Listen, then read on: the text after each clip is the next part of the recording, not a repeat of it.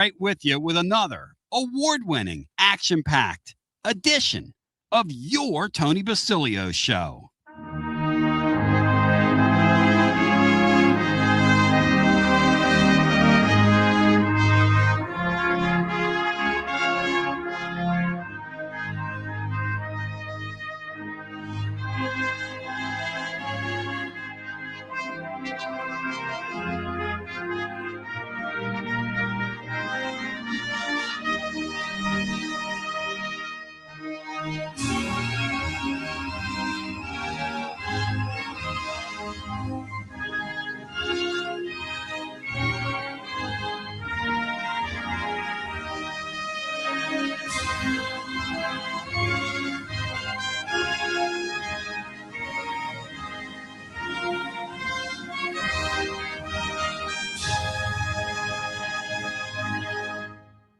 You found Radio Free Tennessee. Your Tony Basilio Show will begin momentarily.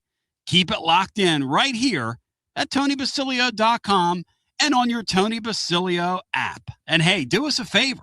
Spread the word.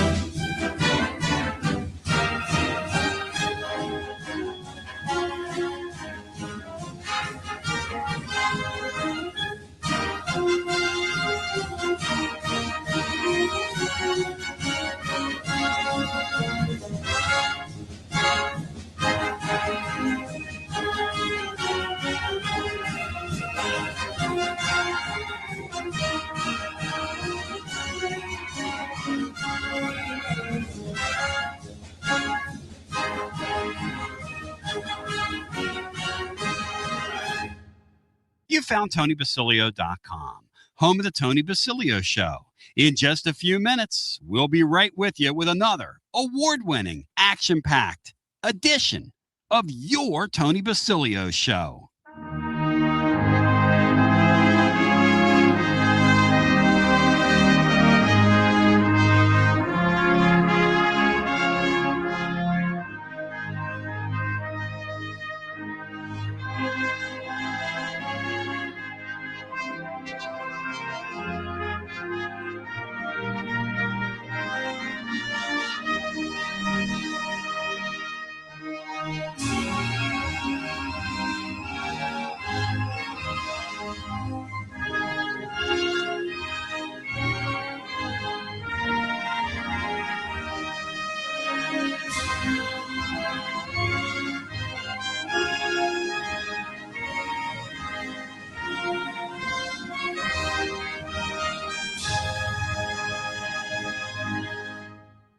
You found Radio Free Tennessee. Your Tony Basilio Show will begin momentarily. Keep it locked in right here at TonyBasilio.com and on your Tony Basilio app. And hey, do us a favor. Spread the word.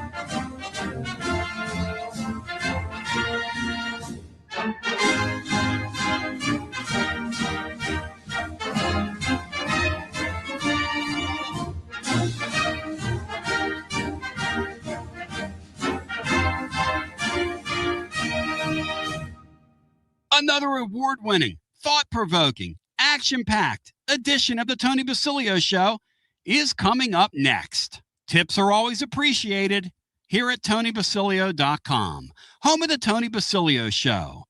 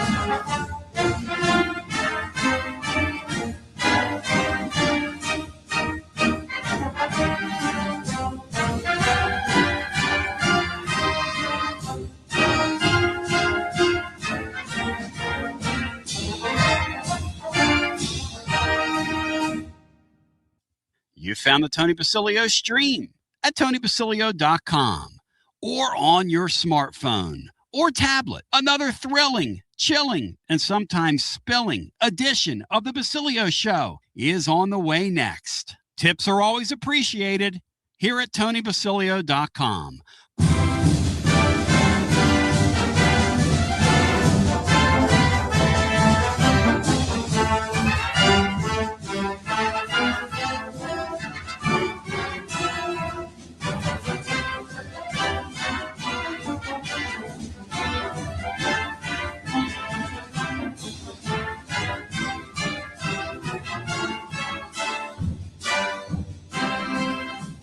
You're listening to FM 105.7 and AM 1340, WKGN Knoxville, and W289CU Knoxville, Fan Run Radio. Tennessee's uniforms are out. You're fired up, focused, and prepared for that. It's just another sign that our season is one step, baby, two steps, maybe, one step closer. And my name's Tony Basilio, and I welcome you to another edition. This is your Tony Basilio Show, and we pump. We pump. We pump. I pump, you pump, we pump. We all scream for ice cream. Everybody's jacked up. Messy as a clown. I have a MLS grievance I wish to air. Brian, but I have an audience to maintain. I got to get some advice from Brian Harmon. We can talk about this in a pre-production. Brian, should I air my grievance with Messi, or should I just keep that off the radio? What do you think? After last night's game? Given Messi's popularity and how we're in the throes of football season, I would just let the grievance sit to the side.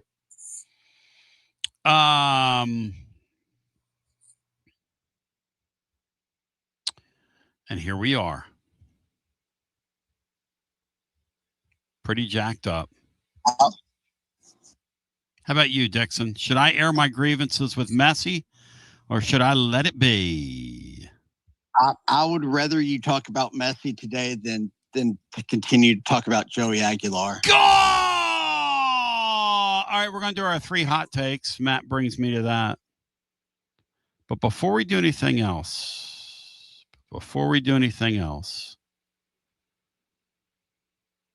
for the General's legacy, they've introduced the legacy uniform, and they've really thought this out. Now, Matt, I want your humble opinion on this. Introducing interlocking UT, Matt, worn by the 51 Vols and pulled from a 1952 photo, a baseball-inspired UT, nods to Nealon's first love in his playing days at Army. The interlocking UT, Matt. The blueprints. Nealon served in the Army Corps of Engineers. Used that same vision to help grow Shields Watkins Field and the cathedral of college football. The shoulder features blueprints from the 48 expansion. Still visible in the stadium's oldest sections today, so that's on the shoulder. The leather helmet, Matt. A callback to Tennessee's earliest days on the gridiron, leather-style helmet. Also features a star on the back for Nealon's rank as Brigadier General. Signature and stenciled UT complete with bumpers. And then finally, the Nealon patch. Iconic images of Nealon kneeling, serving as the cast for his on-campus statue. Now the centerpiece of the new Champions Corner Plaza. These people. The patch silhouettes his famed pose and features his signature. Matt, what is missing from this new Nealon helmet? This new Nealon uniform? What am I not seeing on here? Well, there's no power T because that was I believe a Doug Dickey thing. So that was post Nealon. Mm-hmm. So, it's a throwback. You do a one-off once a year.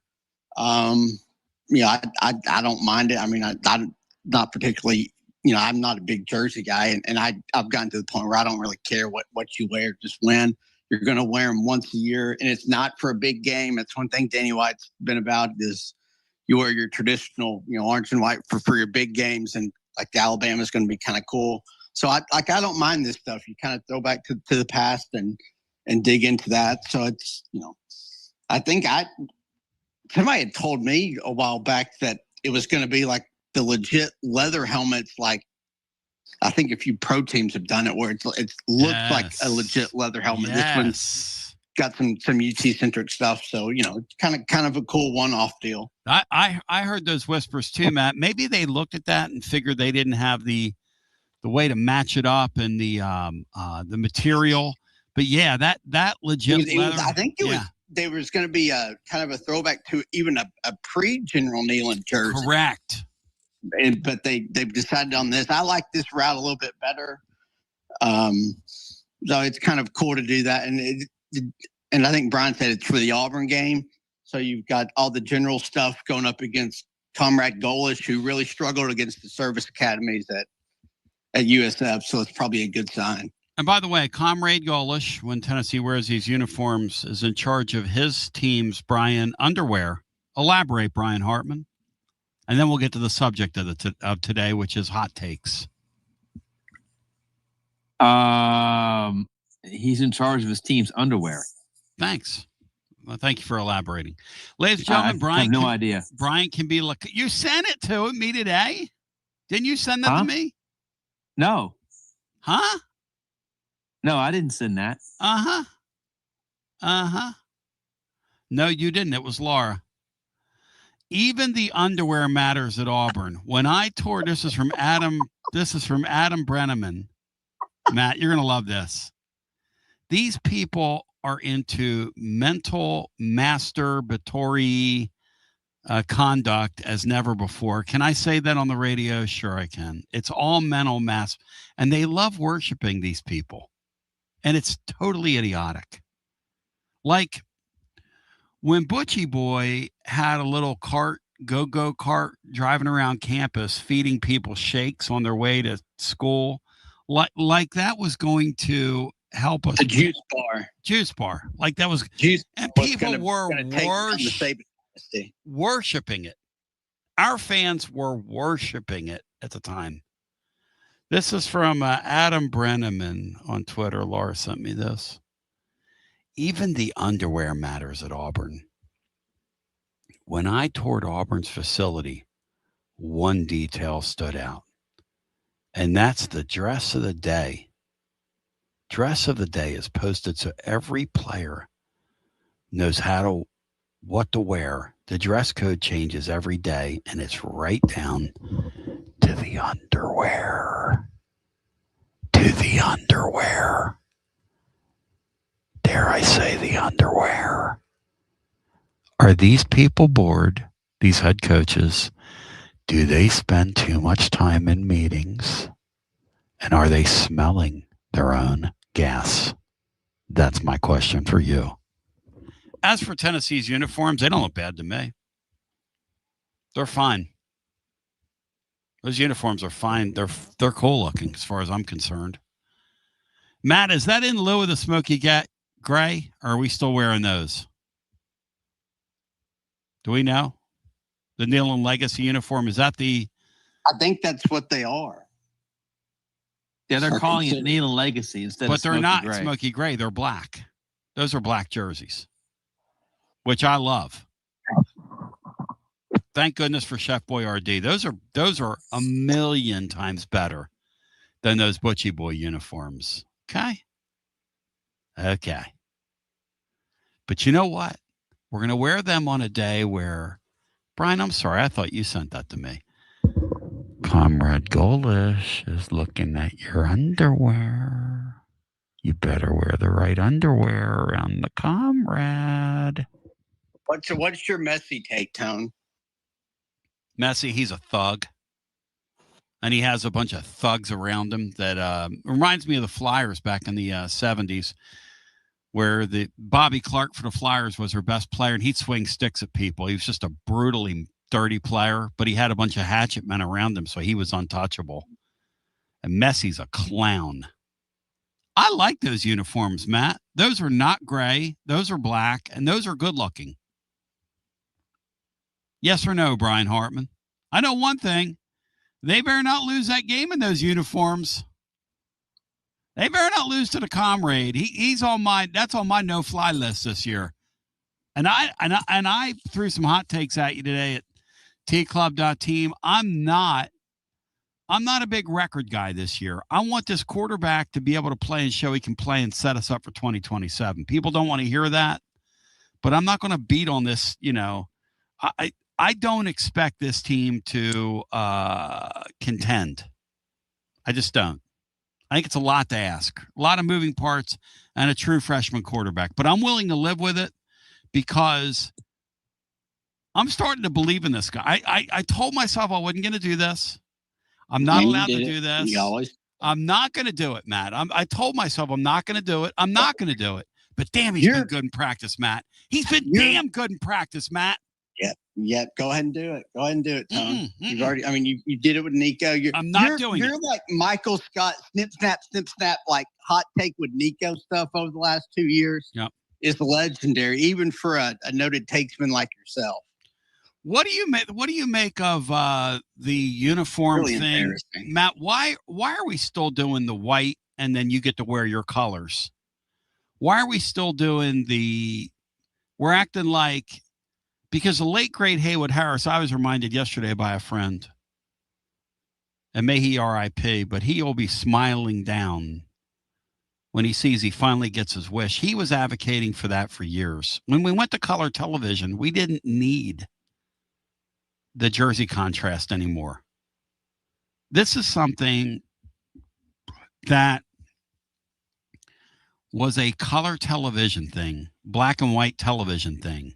You needed to create contrast. That's why they did what they did. And then the early 70s in a one-off, Tennessee and Alabama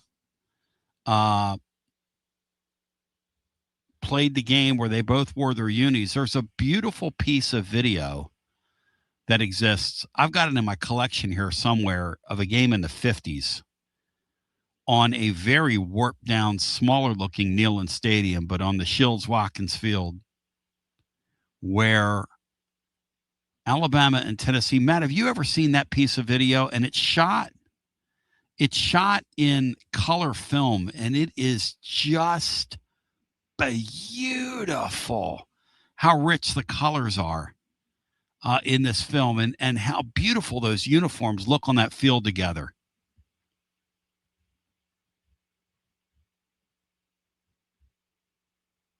Yeah, it's a long time coming. There's no reason that teams that have, there's a distinct difference in colors aren't wearing the jerseys they want to, whether that's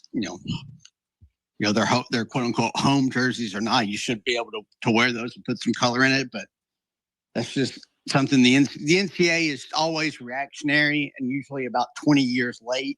On this one, they're probably 40 or 50. I don't know why that never has changed it, but it's a long time coming. And we've seen a few schools and big games do it. UCLA and USC are probably the biggest one. Beautiful. But yeah, it's a long time coming for Tennessee and Alabama to wear their home jerseys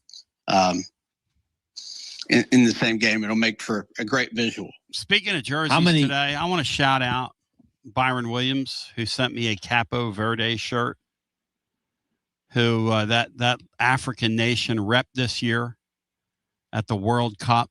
And Brian, I'm wearing my Capo Verde shirt, which is, or Cabo Verde, I should say, which is Verde, which is utterly beautiful. Yeah, so, I think that's respect. How many copycats will they have with teams doing what Tennessee, Alabama are doing? Well, that's the question I was going to ask. If you a lot that you should. That's the point. It's not to. It's not a copycat thing. In sports, you should be able to wear what you want to wear, and they wear what they want to wear. Now, here's my question. What if a quarterback says he's colorblind? Or if you're a colorblind player out there, you don't know who to block or who not to block. Because in this era now, we've created contrast. I wonder if that's another reason why you don't do it. I don't know. But here's my question. Let's think about this. Let's think about the games this year, okay? Throw the first game out. Even though purple and orange, Tennessee could wear it for the Furman game. They could get away with that.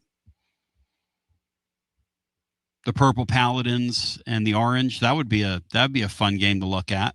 I'm just looking through the schedule here. We wear our colors. Georgia Tech wears their colors. Matt, what would be wrong with that? Their gold and our orange on the field together? Yeah, they can have the gold, or I think they even have blue. They have some blue. Yeah. Do they wear white at home sometimes? They do. Yes, they do. Oh yeah, they have a couple of different. Yeah, you could do that there. The Kennesaw guys are like gold and black. You could definitely get away with that. The Texas game would be interesting now. They would be in that. You'd have to be different. They'd have to wear that. That's a one contrast game. Yeah. That's a one contrast. Yeah, it's too close. Yeah. But games where it's not close. That'll be a weird. That would look really strange. Whatever that mustard color orange is, I need my designers out there. Whatever that mustard color orange is, and what we have would look probably too similar. And then you look down the rest of the schedule. I mean, I don't see any reason why you just don't do this. You just let these teams wear what they want to wear.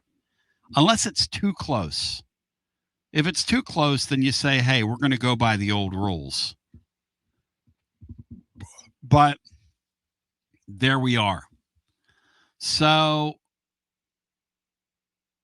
I think this is a step in the right direction. And I love that alt uniform. If you're telling me, and I'm like Matt, I follow this in a cursory way.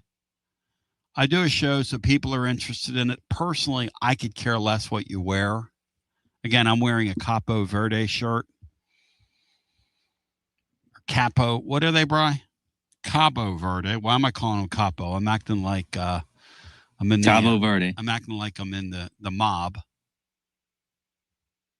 Before I do my hot takes, Orange Throat has shared 3 hot takes with me. Orange Throat has shared 3 hot takes with me, and I want Matt to weigh in on these. And I want your hot takes for the Tennessee Vols for the upcoming season. By the way, Brian, you're getting your wish. Football season's coming early. High school ball kicks off around the area tonight. And 3 future Vols in action. Sean Bowman, 4-star wide receiver. Kenny Simon, linebacker to the Stars, Kevin's boy.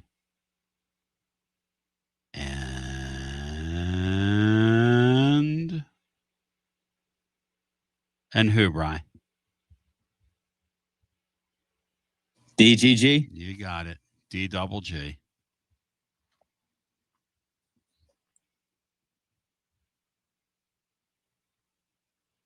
Bri? And I want the honest truth out of you. And I'm asking the living listener right now as a show topic. Are you watching that tonight? Because I'm telling you right now, I already have my popcorn popped. And I am pump.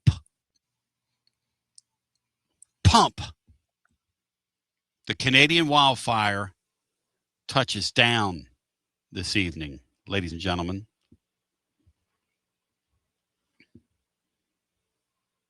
We will be on here tomorrow placing the Vols in the playoffs. After we see this, we will be hype and pump. You either focus on the good things that happen on the field, or you follow what happens in the courtroom yesterday when 24 players, several of whom are in NFL training camps, got emancipated to go get one more bite at the apple, including several guys with SEC affiliation, And Matt, when we say this stuff is unprofessional sports, and by the way, the baseball Vols, as announcements are out around the SEC right now that some key players are coming back to some teams, the baseball Vols will be getting one back as well. But Matt, that thing that happened yesterday in that court in Louisiana, everybody loses in Louisiana with that decision, Matt. I mean, this is just unprofessional sports. Stupid. You have the thumbnails are of players in like NFL uniforms saying they're entering the portal. Like, what are we doing? Yep. It's just ridiculous. I just hope for all those players' sake that none of them had an agent buy a flight, or I mean, God forbid an NFL team fly them to training camp, because that's a 3 or 4 game suspension right there for every one of them. Right? Isn't that the precedent the NCAA set? Yeah, it's 3 games when you gamble on your own team, 2 games when you get a ticket bought for you now. That's I guess the law of the land. Sorsby was going to get 3 games. Aaron Carter's getting 2 games. Do what? These guys are pros in a pro training camps that on the NFL workouts. Yeah. I mean, I'm sure they didn't pay for that on their own dime. So all these guys are going to transfer somewhere and be suspended 3 games. Charles Bediako thinks that's absurd. Okay. Bediako looked at that yesterday and said, God, that's damn stupid. Well, that's that's kind of stupid. So I'm just glad they got all this stuff done in time for all these players to get registered for classes, because we all know they're all going to be piling up 12 or 15-hour semesters. My favorite is the do you think they're even enrolled in school anymore? Matt, come on. Like legitimately even enrolled in school? Like, I don't even think that's the case. No. I ask anybody right now, when's the last time you heard of a guy flunking out? When's the last time you heard of a guy flunking a drug test? I'm not trying to be funny here. Like academic probation. Academic probation. Yeah, this guy's on academic That's a joke. And you know what this is? This is professional sports. And they're wearing our uniform, and you can't get too used to them because they're going to be in somebody else's uniform next year. And that includes like the Faison Brandons of the world. He might go out this year, have a great year, and play out his option. That's what's sickening about all this. It is a total vehicle for these kids. How much of it is a vehicle for these kids? The guy at LSU wants his number retired, and he didn't win anything there. Wants his number retired. Thinks he has veto power that this other guy can't wear his number. And that's the era we're living in. Yesterday, if I was to tell you yesterday, hey, you know what's going to happen today? Hold the phone here. We're going to have a judge just, wake up today and decide to rule that 24 players that are currently thumping pads in NFL training camps around the country will gain their eligibility and will be able to come back to college and play college football. You'd say that is the most idiotic, moronic, stupid thing I've ever heard of. But it's a lot like what the NCAA 20 years ago should have sat down with these players and ironed something out. And none of this would be going on right now, but they didn't do it. The NCAA should have given that last class of athletes a 5th year, and none of this would be happening right now. But because they didn't, you had the court case that went on a week ago. You had that ruling yesterday. You're going to have some more rulings. This isn't over yet.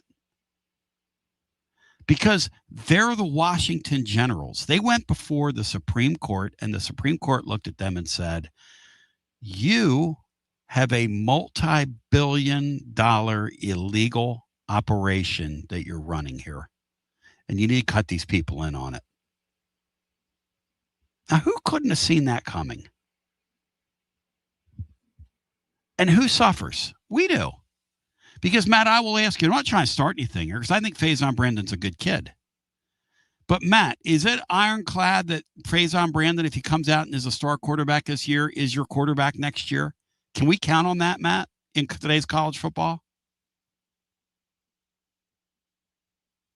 I mean, we saw with Nico that you couldn't. I mean, it'd be shocking if he's not, but it's not a certainty. No, it's crazy. Think about that. Here, there, and everywhere.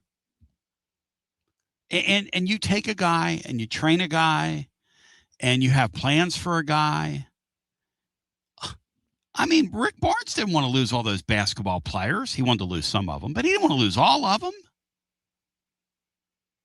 They didn't want that guy to go to Michigan that went to Michigan. They had made him a fair deal. They didn't want to lose the Phillips kid. They liked that Phillips kid.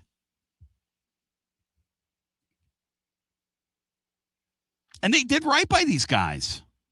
See, to me, and I was talking with people, in the business side of this thing.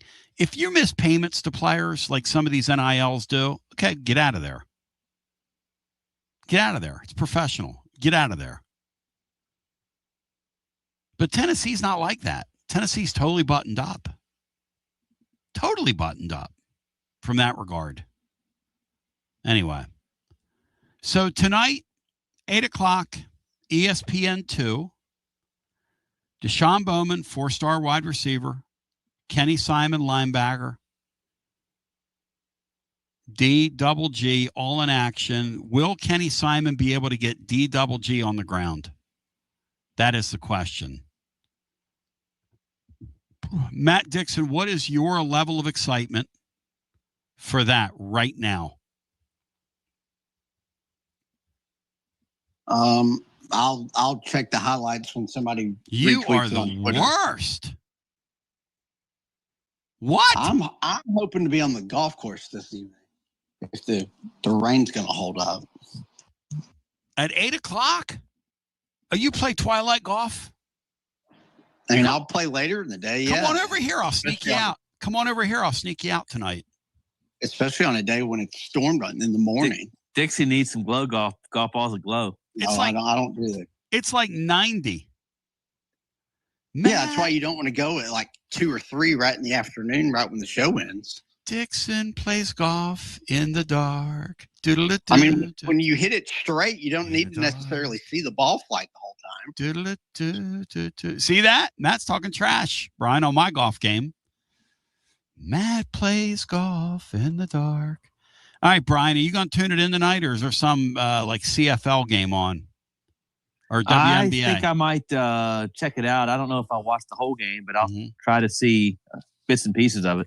Hey, Brian, that fellow we had on yesterday, he does Atlanta Dream games. Oh, wow. Were you aware of that? Yeah, maybe I did see that. Yep. So he gets up close. Does Bayou Barbie play for the Atlanta Dream, Bri? No, I think she plays for Indiana. No. Oh, wait a minute. No. Yeah, I guess she does. Oh, he calls Bayou Barbie's games. A lot of me bounds from her. So tonight's game's on ESPN 2, 8 o'clock for those of you inclined. And I would bet you in our DSA, that draws a huge, huge number. And I'm a hypocrite, okay? Because I don't think these high school games should be on national television. I just think I don't think the Kids World Series should be on national television. But those kids are a little young for that, for my blood. But tune in for the post-game show. Whatever. And tonight, tune in for our Garza Law Extra Time Overtime. Bino hosting. Kevin Simon's boy plays tonight. Deshaun Bowman plays tonight. Tennessee's 4-star wide receiver committed. And D to the double G, the Canadian Wildfire, not Tommy Rich. So that goes on tonight. All right, when we come back, Orange Throat dictated 3 hot takes to me today, our UT Insider. And one of them is a complete rip to me. Two of them are straight up takes. including one involving Faison Brandon. One involves me, though, that Matt is going to just love. I'm going to get ripped, immaculate on the other side. Yeah, I'm pretty pumped for tonight. Yeah. Yep. That'd be a good sporting event. I want to personally thank my Philadelphia Union last night. Great match with Messi in Miami. What the MLS has done is they've allowed Messi in Miami with David Beckham and the pink uniforms and the little circus down there in South Florida. They've allowed that to become his vehicle, and it's kind of gross. And Miami simply plays the sport. Well, they play the sport like a bunch of Gator fans or a bunch of thugs, like Gator fans in the 90s. Not our friend Florida, the caller. I would never call him that because he's a class individual. Hank, Kelvin, whatever your name is today. We come back on the other side. It's your Basilio show on a fabulous Thursday after this. You got to dream about buying some land and building on that land? Well, Waterside Contracting is your ticket. 25 years of making dreams come true, Michael Scott. For hundreds in our area, custom homes or remodels, Waterside Contracting will build on your lot. They do incredible work all over the area. Structural integrity, quality without compromise. It's a way of life with Waterside Contract. Check out the wonderful work Waterside does. WatersideContractingLLC.com. When it's time for your dreams to come true. Quality without compromising. Waterside Contracting. He doesn't always drink beer, but when he does, he definitely prefers Dos Equis. That's right. The most interesting man in the world has returned, and he's more interesting than ever before. His phone is addicted to him. All of his teeth, all are wisdom teeth. So raise a Dos Equis to the man, the myth, the legend. And remember, stay thirsty, my friends. Dos Equis, enjoy responsibly. 2026 Cervezas Mexicanas, White Plains, New York.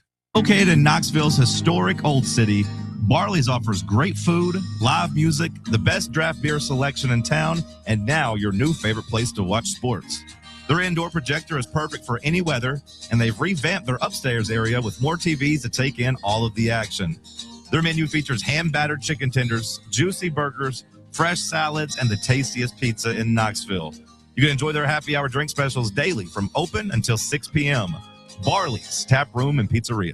Chilio here, and my friends at Carnes Motor Company started with a dream over a quarter century ago. I met Rob and Brian back when I still had hair, and they were working at a huge dealership in West Knoxville. But they told me back then they wanted to sell cars on their terms, and I wanted to do radio on my terms.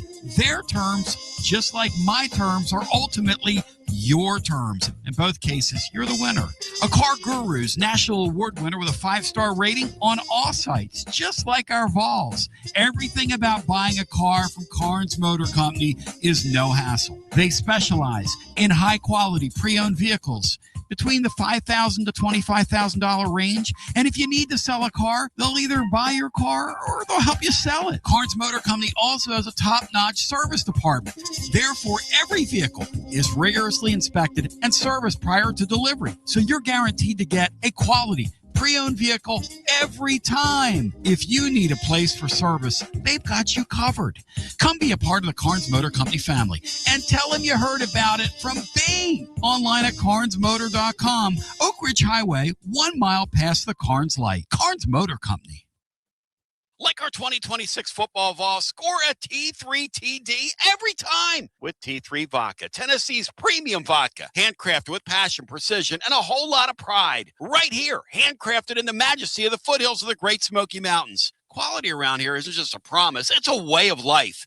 And T3's filtered 10 times, 80 proof of vodka, delivering a smoothness unmatched. This dedication to excellence has earned T3 Vodka prestigious accolades, like a 5-time gold medal award-winning vodka and your SIPS Consumer Choice Award medal winner as well. Whether you're sipping it neat, on the rocks, mixing your favorite cocktail, T3 Vodka, your choice for a premium award-winning experience. Be like Maury Hanks. Score a T3TD Ask for T3 vodka by name at restaurants and wine and liquor stores today. Drink it neat, drink it right, and score a T3 TD all 2026 long. Tennessee's Premium Vodka, T3, Tennessee's Premium Vodka, distributed by Empire Distributors of Tennessee. Big news, Basilio family. Get ready because the 2026 Knoxville real estate market is officially shifting into high gear. All signs are pointing toward a record-breaking year, and the energy across East Tennessee is absolutely electric right now. Whether you've been dreaming of finding that next home, looking to capitalize on your current equity, or ready to dive into the investment world, the timing has never been better. Having a game plan is the key to winning in this fast-paced market, and I'm ready to help. Give me a call, Jennifer Morris, at 865-694-5904, or reach out at nextmovesmokymountains.com. That's nextmovesmokymountains.com, and go Vols. Basilio here with the great Chad Stockton of FC Alliance. And Chad, I can hear it in the background, brother. It's World Cup season, and you guys are in the middle of it. Talk to me.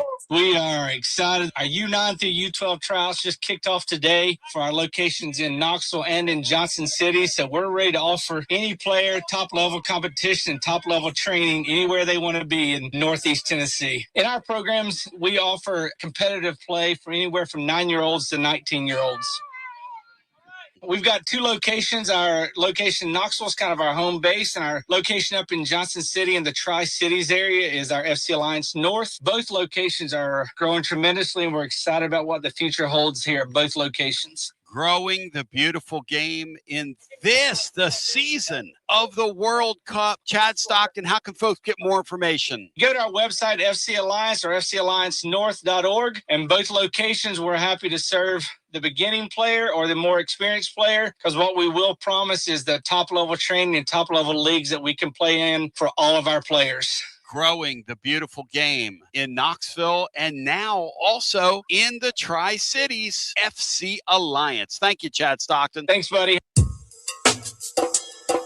TB here for Cedar Bluff Plumbing, a live and local company that's been serving our area for over 32 years and counting, because every customer counts, and I mean no job is too small. Cedar Bluff Plumbing just voted #1 by City View magazine because multiple plumbing experts are on call to serve all your plumbing needs. Chances are there'll be a plumber in your area when you call, and they won't send some salesman to your house. You're going to get a high character, trustworthy, highly trained plumber who will serve you, not like some of these guys that look like they came off the set of America's Most Wanted. Cedar Bluff Plumbing is Basilio tested and approved and will go the extra mile for you because Chucky Mack is a servant of the people and my consigliere to the throne, celebrating over 32 years of serving living volunteers. Cedar Bluff Plumbing. Call 588-4448. That's 588-4448. Cedar Bluff Plumbing.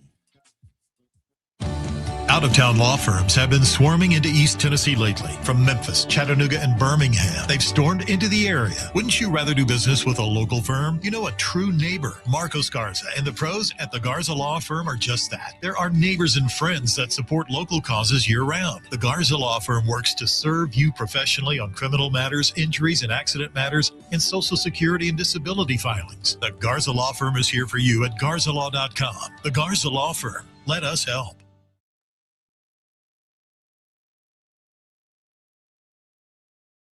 TB back with you. All right, so Orange Throat roast me, and I'm gonna let y'all. I'm gonna let Matt bask in the glow of this. But first, I sent Matt, and I sent Brian. True or false, guys? Comrade Golish is worried about what underwear they're wearing at Auburn. True or false? Yes. Yes. Yeah. Yes. He says it matters. And Laura came down here and said, Tony, even down to the underwear, it matters. He needs to go to the golf course. Yes. These guys get high on their own supply, okay? And they are the people that saying was invented for. I mean, you talk about a bunch of guys with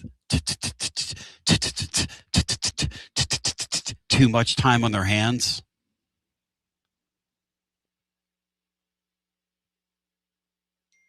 Laura came down and said, Tony, those uniforms are gray. Somebody else texted me and says, those uniforms are charcoal gray. They're not gray. They're not. They don't like Butchie Boys uniforms. They look like brownies. You remember brownies? Yeah, like brownies in a pan. Brown brownies. The Genie, brown brownies, or like those UPS. No offense, my friends at UPS, but like your uniform. That's what those things look like. I do not mind. Golish, I'm telling you, this Golish guy, they have up there the uniform you're going to wear that day, like they're a travel baseball team, plus the underwear each day for practice. Imagine worrying about that. No wonder. He took a team last year that was one of the most heavily funded in Group of Five, which they were, from the precipice of the playoffs to getting drug in his own league. Isn't that what happened to them, Matt? They were right in the middle of it, and they got dwug. I want every opposing coach to worry about stuff that doesn't have anything to do with winning. Thank you. And Rob Channel, who's a moron, that's this a good Rob's sign. Channel guy, no offense to you, Rob, but he gets in here every day and he runs down Heupel. Every day comes into the YouTube thing and he just blasts this Heupel guy. And then he says, Golish is instilling discipline, and Tony's scoffing at him. Heupel's undisciplined teams have been costing us no telling how many games. I'll tell you what, Rob, it's all in the underwear. You're right, man. If only we would have been wearing underoos all this time with our garanimals. Maybe if we wore garanimals, Rob, think that would help? You got to be kidding me. You got to be kidding me, right?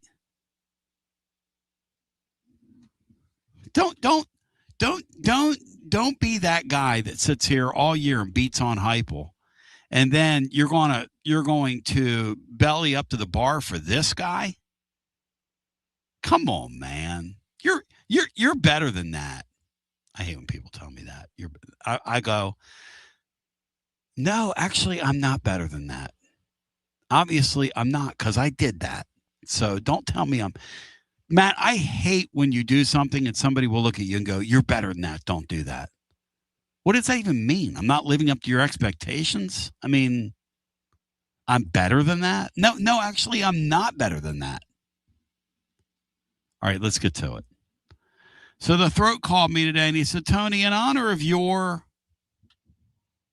I got 3 hot takes for you in honor of your Hot Take Thursday. Hot take 1. He said, can you locate the turnover trash can? What year was the turnover trash can, guys? Do y'all remember? It was a Georgia Tech game, right? 2017. 2017. How could you get 10 years ago. 10 years ago. Do we still do props for turnovers, guys, or is that a thing that's kind of passed by us? So I remember, what was the guy's name at Florida State, Brian, that had the backpack? Oh, Willie Taggart, the Hamas turnover backpack. Whistle Taggart. The turnover chainsaw. Then, yeah. We don't still do that, do we, guys? He had the slot machine. So stupid. And Sorsby, when they played them, went over there and tugged on it. All right. So back to what we're discussing. He said, you need to locate or find a suitable replica of the turnover trash can.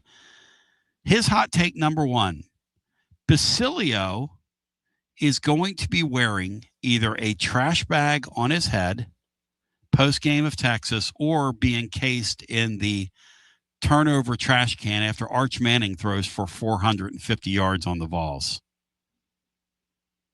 He's ripping me, Matt. He's saying that I'm speaking this into existence. I tend to agree. No, you don't.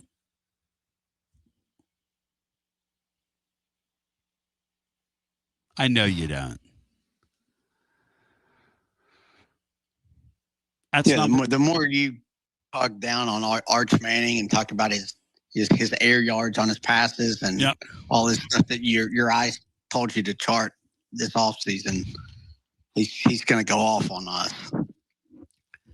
So that's take number one. Basilio will be wearing either a bag on his head or Butchie Boy's turnover trash can if we can find it. On Garza Law, fifth quarter fan reaction. Brian, what's the number we set the deal at for me to put something over my head and wear and have put something on over my head? That's an embarrassing number. What's the embarrassment point for me? What does Arch have to for number of yards that Arch Manning throws for? Yes. Let's set the number here because I will do it if that's the case. I'll say 350. 350 against our defense? 350? Matt, what's your number? I mean, for a guy that only checks down, that's a tough ask. I mean, it depends on how. I mean, if he just dominates the game, it's bad enough. It doesn't. I don't know what the stats have to be. I mean, as you said earlier this week, as long as Texas wins, that's the only thing that matters to a quarterback's stats is if they win. Combined yards of what do his combined yards have to be? Because they're going to win the game. So what are his combined yards? I mean, we all know that. See, there you do, playing both sides. How am I playing both sides? They had a $50 million payroll, plus probably $60 million, truth be told. I mean, I guess you don't know anything about Sarkisian's road stinkers, do you? See? And how the guy really struggles on the road like every other coach. Nobody points that out. The guy's overrated. I mean, he had to go to overtime to beat Kentucky and Mississippi State last year. Nobody talks. Sarkisian gets away with murder. And the stinker last year with Florida was on the road, right? That's why Matt's not surrendering that game. At noon. I knew I could pull it out of Matt. Well, I have all these numbers. I don't just go by what my eyes tell me. Go! Matt's come in here ready. He's ready to roll today. So Orange Throat's ripping me. Matt's ripping me. That's hot take number one. Don't mess with Dixie.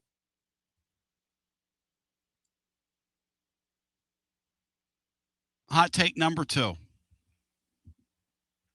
Throaty made this one Basilio-centric too. He said, he dictated these to me today. He said, write these down. And if you're man enough, share them on the air. I said, okay, I don't care. Matt's coming for me. He's coming for me. Shots are fired. I'm in here. Some agree with Matt. Some agree with me. It is what it is. This is talk radio. We're in a barbershop right now. So this is how it feels, and I got my hair cut. If you look at me, I went high and tight today.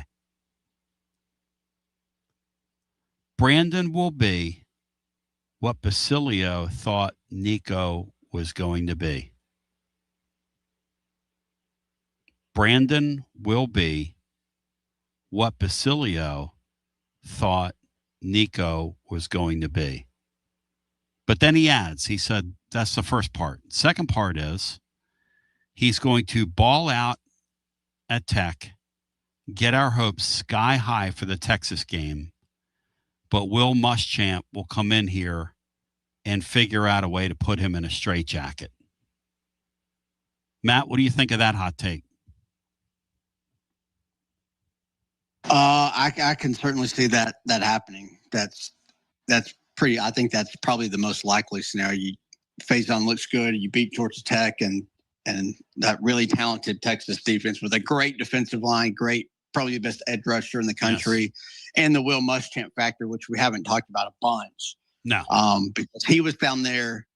I don't think it got mentioned enough, but he was down there at Georgia with Kirby when they kind of shut down the Hendon Hooker and Heupel's offense those first couple of years.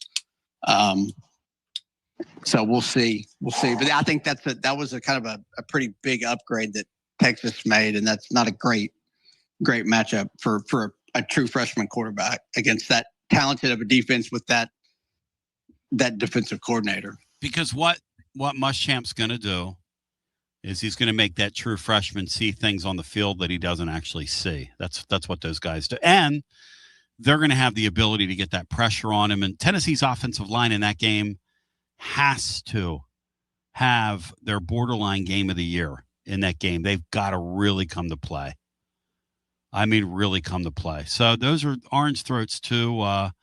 Both of them kind of revolve around the Texas game, but he wanted me to tell everybody that he believes Faison Brandon is a real keeper and is going to be really, really, really good. The first part of it, again, is Faison Brandon will be what we thought Nico was going to be.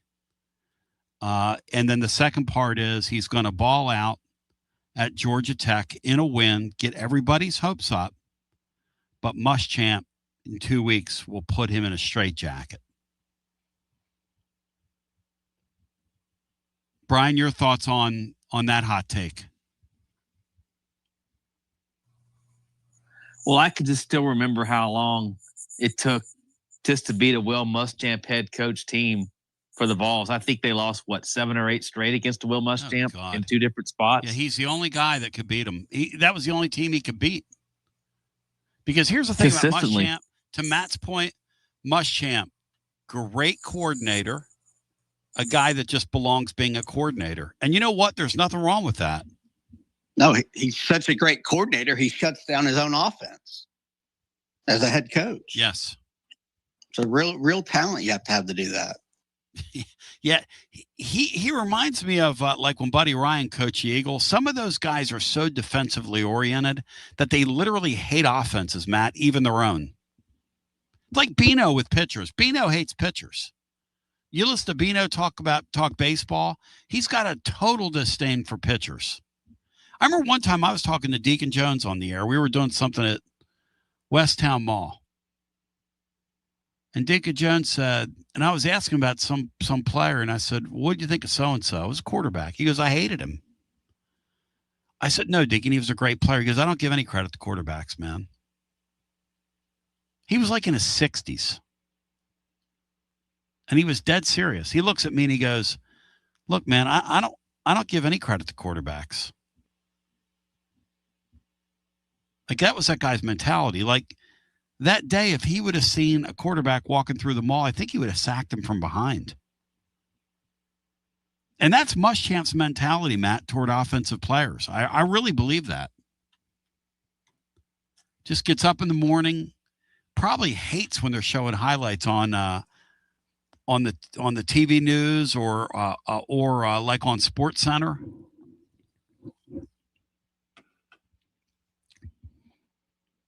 Third one, Matt. Javon Gordon is going to outshine Star Thomas and his production from last year, and he's a real find. These are Orange Throat's hot takes. Guilty or innocent, Matt? What do you say to that? Yeah, I can certainly see that. Star Thomas, was really good there early in the year, but the back half of the season, I don't know if he was injured, but he just didn't have any explosiveness and really just kind of trailed off. And they basically just made Bishop the workhorse and he carried the running game. So, it's not a huge bar, but I think there's been a lot of positive buzz about Gordon from camp. So I think he's better than they expected him to be. Yeah, sometimes you get lucky. I think you're right, Matt. I think that's probably a pretty good way of putting that. He's better than they thought he would be. Yeah. Either one of you have a hot take you'd care to share on a night where we get to look into the future as we think about the present? And these hot takes surround the present with this Tennessee team and the future tonight at 8 o'clock on ESPN2. Deshaun Bowman, 4-star wide receiver. Kenny Simons, son of Kevin, who decommitted from Alabama, committed to Tennessee after he came here and hung out with some friends back in the summer and called his dad and said, hey, this is really what I want to do. I want to be here. And his father said, hey, by all means, live your life, man. That's why I let you go to Alabama. Live your life. Kevin's been around it enough to know that, I want you happy. So he'll be on display tonight. And will we see him with D-double-G in space? Chances are you will.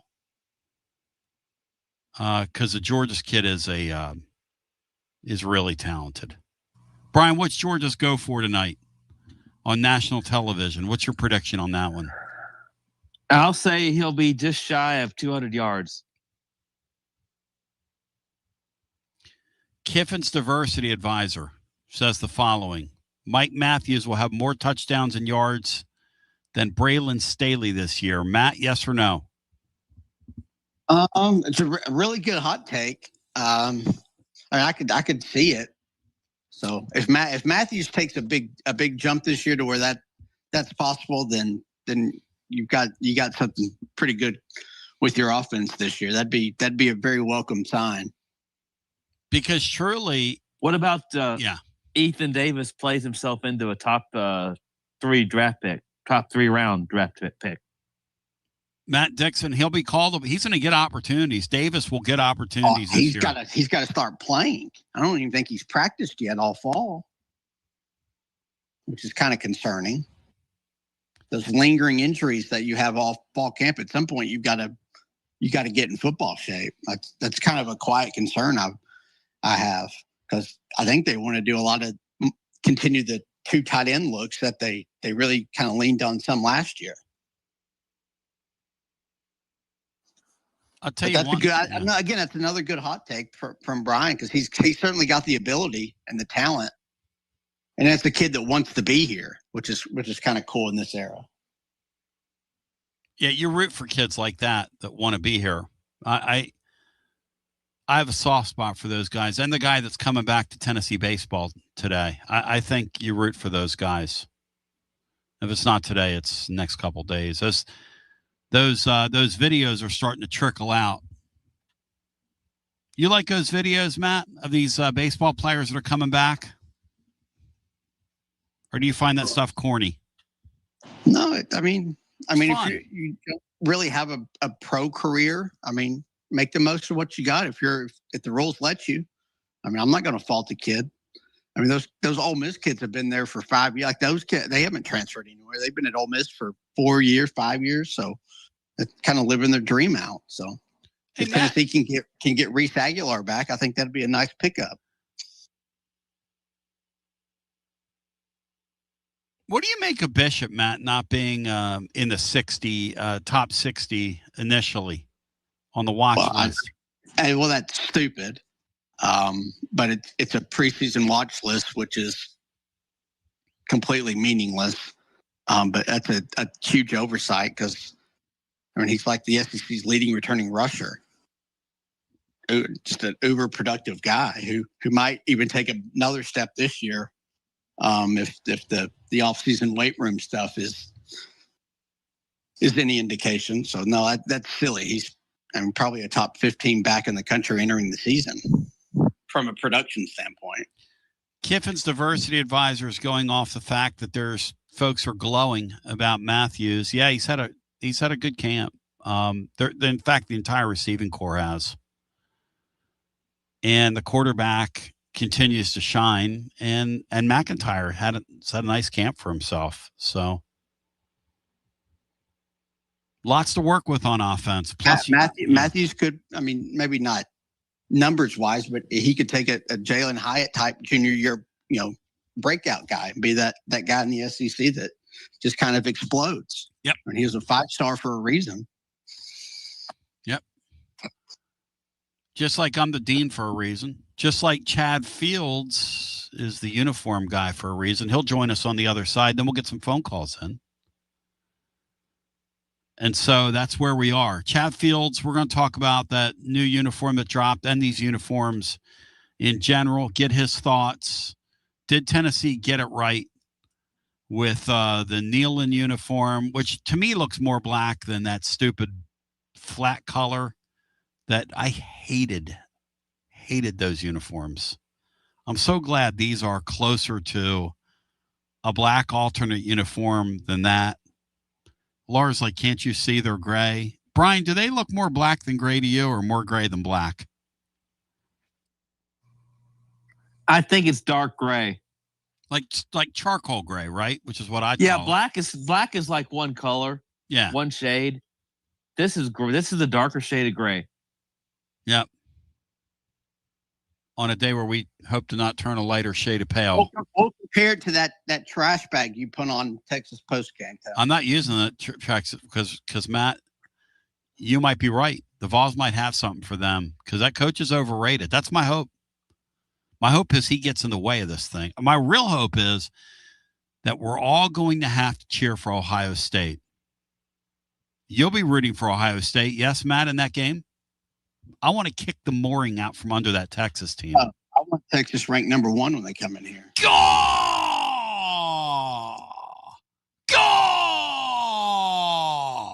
As we continue with more after those. 85 stops Auburn. Moving. And between the 30-minute commutes, daycare pickups, weekly soccer practice, Tuesday night yoga, X number of coffee runs, and that weekend trip to grandma's, you're racking up the miles. What you need is a tire that can keep up. A tire designed for doers. A tire that's going to last. Like the exceptionally long-lasting Michelin Defender tire. With an 80,000-mile warranty and the safety and comfort you expect, you can forget all about the miles ahead and focus on getting to your destination or conquering your to-do list. Fleet Tire, I-275 exit 1B at East Woodland Avenue in Knoxville. That's Fleet Tire, I-275 exit 1B at East Woodland Avenue in Knoxville. Fleet Tire.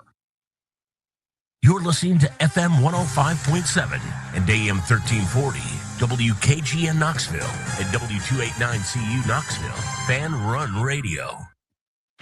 Vols fans, this is linebacker Jaden Perlotti. When my family and friends need Tennessee gear, I tell them every time, Alumni Hall has it all. With 7 stores in Tennessee, you get the best selection of Vol gear anywhere. Adidas, Peter Millar, Yeti, Owala, No Rivals, Tailgate Gear, and more. Shop in store, online, or download the Alumni Hall app. Whether you need to blitz or throw a touchdown, Alumni Hall will help you win. Alumni Hall, your ultimate Vol shopping experience. And tell them Jaden sent you. The High Noon line of hard seltzers is always a winner and always next level. High Noon vodka seltzers come in 14 flavors with real vodka and real fruit juice. Only 100 calories with no sugar added, and it's gluten-free. Personally, I'm partial black cherry and pineapple. 14 flavors. That's as many bad takes as I've got in a week. In the mood for a kick? Try High Noon vodka iced tea in 6 refreshing flavors, including peach and lemon, green tea, and half and half. Feeling adventurous? Check out High Noon tequila seltzer in 6 refreshing flavors, including my favorite, Blood Orange. High Noon Real Vodka. Real fruit juice. Live like the sun is always out. Brought to you by High Noon Spirits Company. Must be 21 and over to enjoy responsibly. It's the hottest postgame show on the planet. Garza Law. 5th quarter fan reaction. Fan reaction. As soon as the final gun sounds, we're live. One homestand remaining to see your Knoxville Smokies in action. That's it. The first week of September, your Smokies are home against the Chattanooga Lookouts. And we're closing out the season with amazing promotions every night. Taco Tuesday and All-You-Can-Eat Wednesday, less than $20 for tons of food and game tickets. Nice. Our final Thirsty Thursday, final fireworks show, and we end the season with our fan appreciation game. Get your tickets now at SmokiesBaseball.com. With Gary Sturm. He's with Mortgage Investors Group, making our community a better place every day. Gary, you've been at it 32 years, man. Yes, Tony, I've been at Mortgage Investors Group for 32 years. We've known each other since, back in the 80s, right? And we've gotten to know each other recently as our family has gotten involved with another mortgage. Through that whole process, you were a prince, just like Jeker. When he called you at 3 o'clock in the morning after a Tennessee loss, you've been giving your phone number out for a couple decades. And why is that, Gary? This is the biggest financial decision you're ever going to make. You don't want to trust somebody online, some 800 number. You want to call somebody like myself that's going to give you my number, and you can call me anytime. I'm there to help you.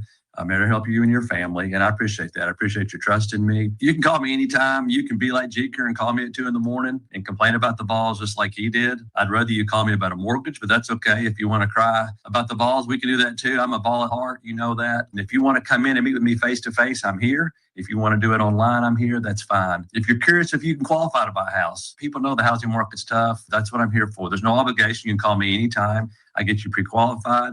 Or maybe you've got a mortgage and you're thinking about refinancing. Maybe you want to shorten the term. Maybe you want to go to a 15-year. Who knows? But again, that's what I'm here for. It's what I've been here for 32 years. My number is 865-660-2648. It's 865-660-2648. Gary Sturm at Mortgage Investors Group, going to take great care of you.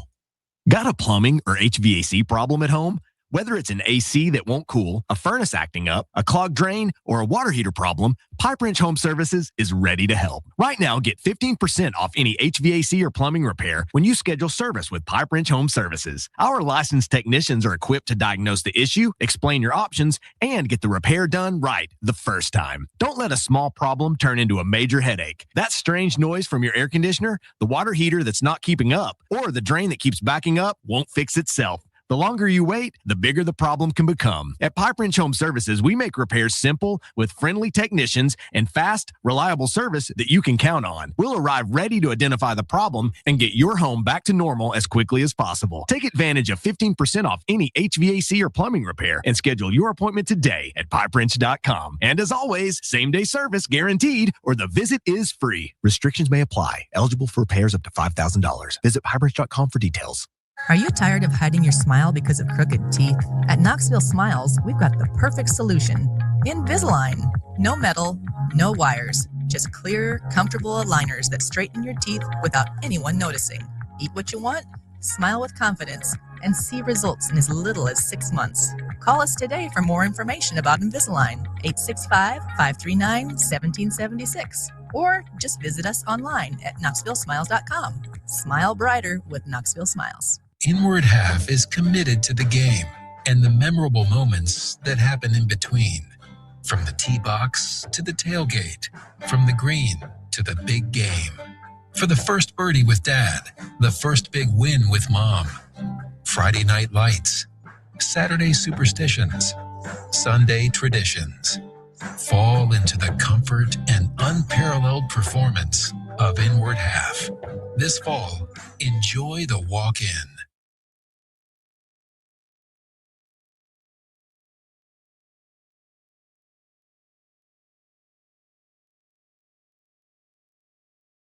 Sorry about that. I was talking to the great Chad Fields off the air, who I love, who I find a great dude, all-around good bloke, as they say in the trade.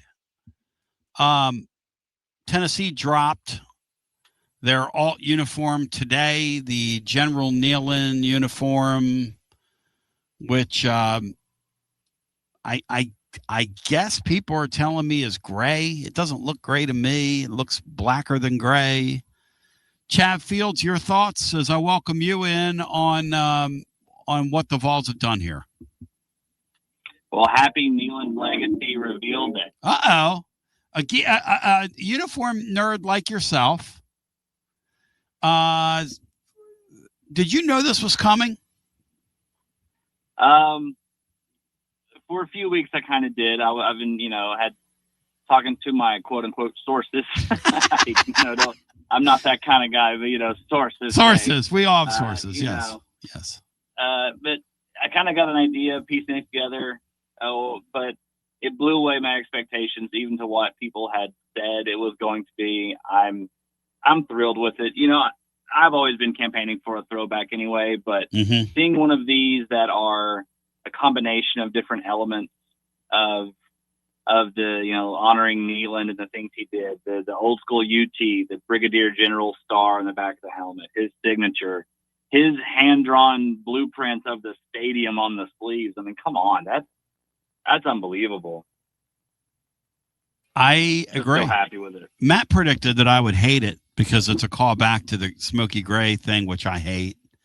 But and you and I were talking off the air. Look, we're all entitled to our opinion, and none of them are right. However, you're a design guy, and from the design guy element, you have to say, man, they they sure did jam a lot of history into one uniform. Now some are going to say, where's the power T on the helmet? But this is a good history lesson for people. The power T wasn't always a thing, was it? No, I mean, the T wasn't even on a helmet at all until 1964. And even then it was a block T. And, so if they're calling back to the era of Neyland, the T on the helmet just isn't going to be a thing. I get it. I understand people saying using that vintage UT on the helmet as well would have been cool. I totally agree. But having this helmet painted to look like a leather helmet, to where if you see any close-ups, it's got like a leather texture. It looks like there's seams all running through the orange stripes. I mean, the UT stencil on the front bumper mimics what the leather helmets had back in the day. I mean, it's just the details they added in. Like, sure, there's no power T, but man, we can look past that for just a little bit to enjoy this old school looking helmet we have.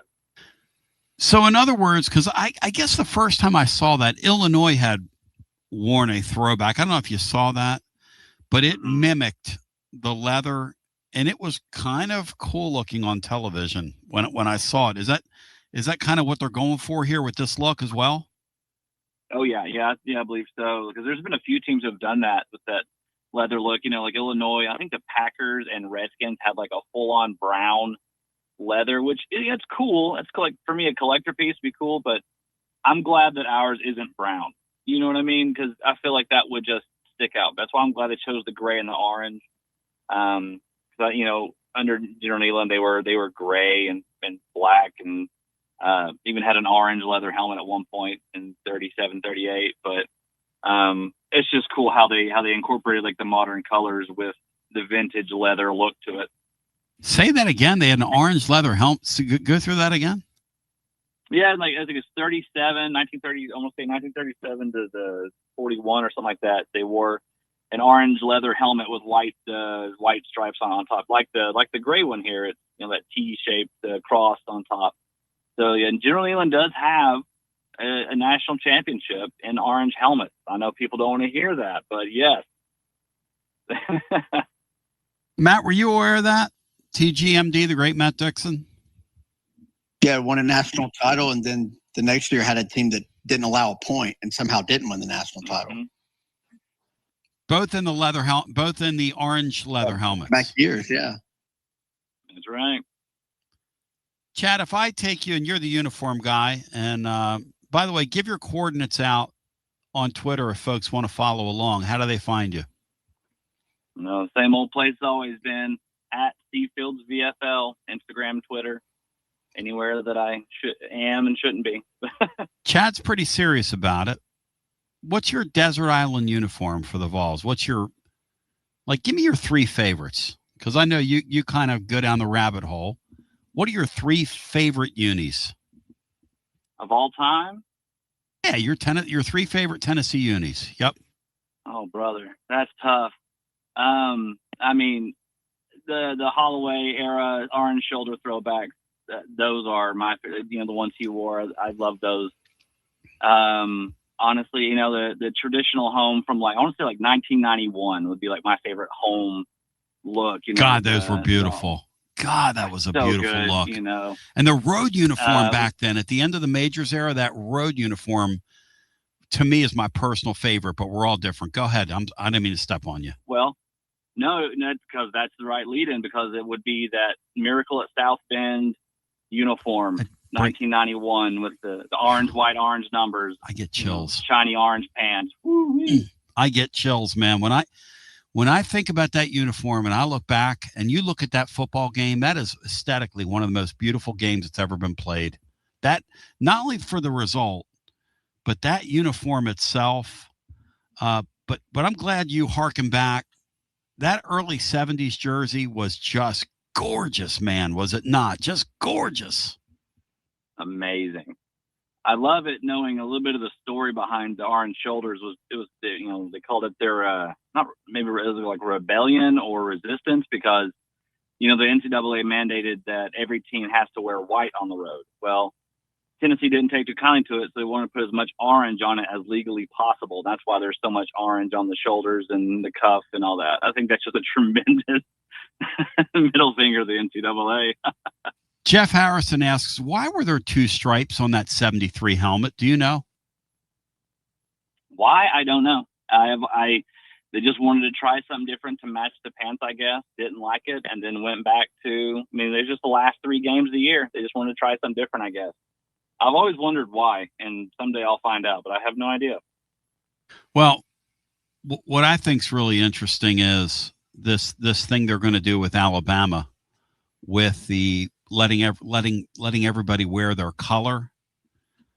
They did that in the early 70s, and then they never did it again. And the only reason they did the contrast is because of the black and white TV era, which makes complete sense.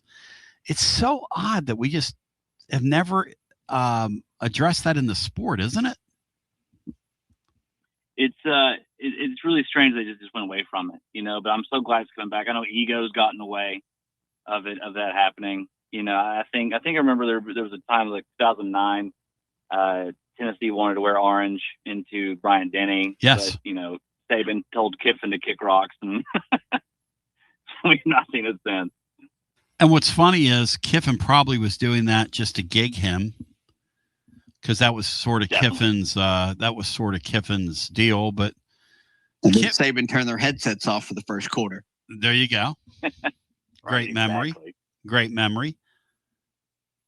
And then Kiffin had that crazy throwback jersey that they had made almost like overnight and kept super secret. What was Chad Field's reaction to that back then?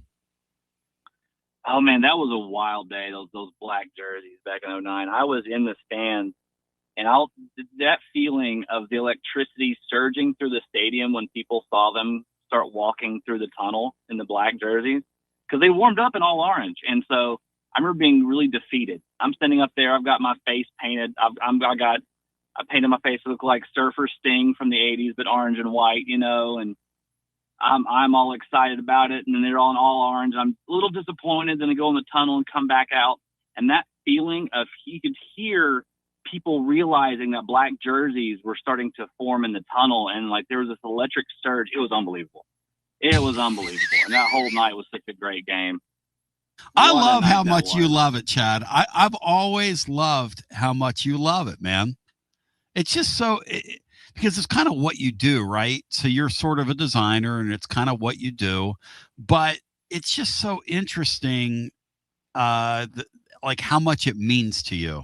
Because like a person like Matt, Matt and I'm just a conscientious objector. I'm so lost in this whole thing or so agnostic toward it, that I was in here today going, well, I like it because it's not gray. It's kind of a black uniform. My wife comes downstairs. She goes, Tony, that uniform's gray, but it is closer to black than the gray that we initially saw. Yes? I think that the gray is a little darker. I also think those photos are, they're touched up a little bit, so they're a little dramatic lighting to them. But the gray, I think, is a little darker than, let's say, like the first Adidas one, or even in the Nike era. But it's definitely not a light gray. It's a little bit darker gray. I think it's tremendous. It's a nice. It's almost like I don't want to say vintage gray, because I'm just making up stuff at that point, I guess. But it's just nice. It's nice how old school it all looks, and yeah, it's a little bit darker, like you said. Yeah, I like them. Panel. Anybody have any thoughts for Chad Fields, Brian Hartman, and/or Matt Dixon? Go ahead, jump in here, guys.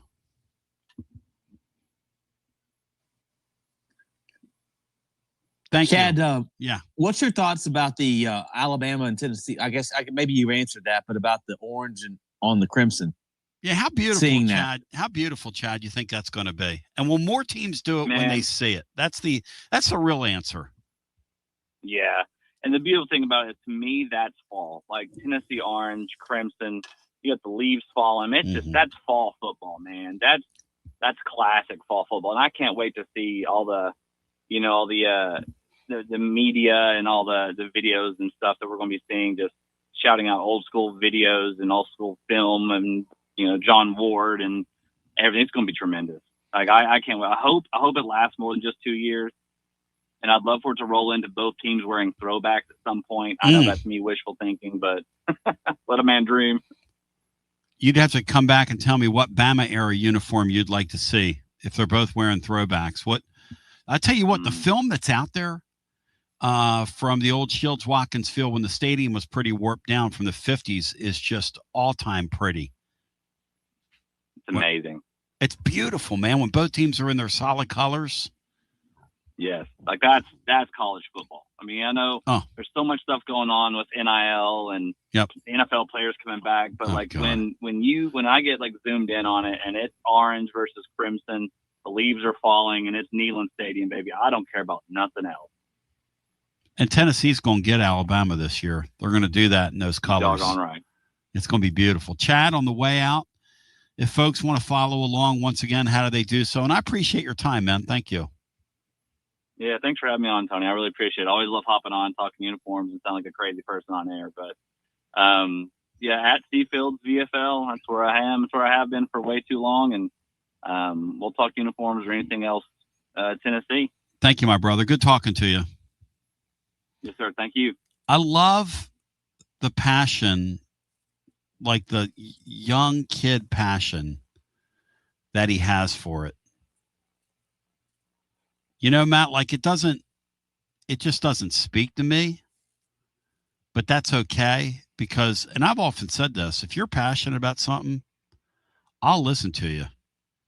And he's real knowledgeable about it. And hey, back in this era, we had this helmet and people don't realize we had an orange helmet at one time. You know, the thing about that era is everything's in black and white. So it's hard to put yourself in that spot. Like you have a tendency to think, oh man, everything was in black and white back then. No, it wasn't. It was as vivid as it is now. It's just that when we look back on those things. And I wonder, Matt, what the reaction was when Neyland came out in those orange leather helmets. I bet those things were uglier than hell, man. You know? Probably. I'm sure some radio host was just ripping the hell out of them. Yep. Regular season Robert, as they called him back in the day. That was one of the great lines of all time from David Ackworth. I'm going to start calling General Neyland regular season Robert because some of you knuckleheads refer to the great Rick Barnes as regular season Rick, which is ridiculous. I'm not for the smoky gray. I am for those uniforms. I like those uniforms that they threw out there today. And I love all the detail on them. They're really well done. All right, so we were going through some of the hot takes, and we're going to go to the phones. Again, Orange Throat's hot takes about me on a day where the Tennessee 3 tonight are on 2. Tennessee 3 appear on ESPN 2 tonight. Not to be confused with ESPN 1. By the way, have any of you guys seen on, Matt, you or Brian, have you guys seen the Pillow Fighting League? A new combat sport that's premiered? It was over on ESPN News the other night. Pillow fighting? Yeah. Yeah. These big strapping guys get in the ring and they have a pillow with them and they beat each other with the pillow. It's guys? Guys. And you watched it? It's big, cut up guys. Well, they hammer each other with these pillows. But anyway. Did that come on after the men's beach volleyball? I digress. Tonight, Matt's on a heater today. Tonight on ESPN 2. Deshaun Bowman, 4-star wide receiver. Kenny Simon, Kevin's son, who's going to be a linebacker on the other side trying to stop Double G from rewriting the record books this evening. Double J. All right, moving along. Throaty's hot takes. Basilio's going to be wearing a bag on his head post-game Texas or Butch Jones's trash can, whichever he can find. He said that's how well Arch Manning's going to play against the Vols in a Texas win. His second hot take is Brandon will be what we thought Nico was going to be and what Tony thought Nico was going to be. He's going to ball out at Georgia Tech, get us all excited. Will Muschamp will come in a couple weeks and put him in a straitjacket. His third hot take is the Gordon kid, the running back from Tulane, is going to outshine the season that Star Thomas had last year for the Vols. Matt, how many yards rushing we look ahead to the season will the ripped up, chiseled out of a block of granite young man from, say it loud, say it proud, Matt, from over at Carnes High School, how many yards Bishop going to have this year in that offense? I think he had over 1,000 last year. I think he's going to get between 12 and 14 this year. I think you're going to lean on the run game a little bit more. Yes. Well, a lot more than you did last year. You actually passed it more than Heupel has any other year here, I think.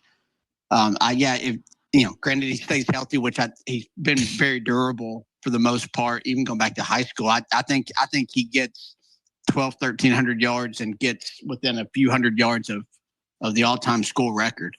Do they use some option stuff? Things we saw with Hooker. Do you think that stuff comes back into the package? The RPO stuff is just baked into the offense. I think when you count RPOs, Tennessee threw for more play action yards last year than any team in the country.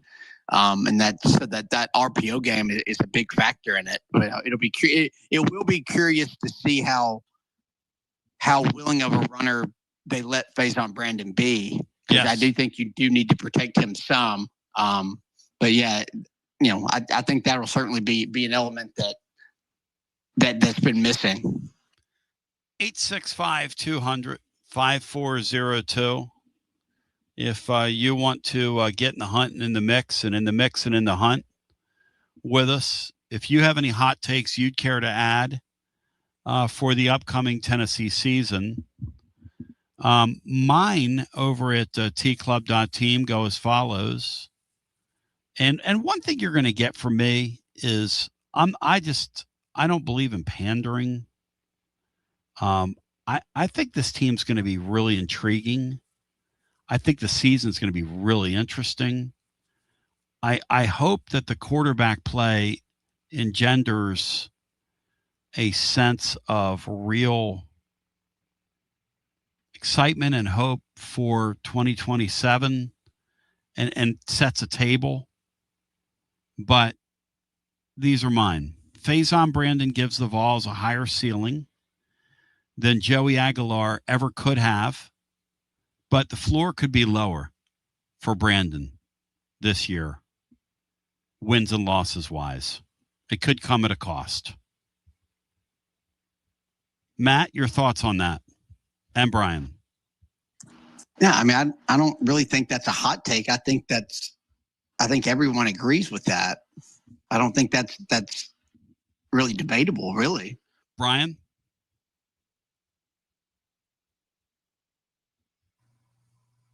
I don't know if Brandon's ceiling will be this year or next year. That's the question. If the ceiling is, if he can find close to a ceiling this year, they'll be in the playoff discussion. If not, it may not be till next year. Yeah, the crazy thing is, what is a ceiling on a true freshman quarterback? That's another thing. Some people are going to look at that 7.5 wins and go, you're not going to, with a true freshman quarterback, you're not going to win. But I think this guy is going to be good for beating one of those elite teams. It might be Texas if he gets loose. Who knows? It's a crazy, crazy, crazy, crazy, crazy sport.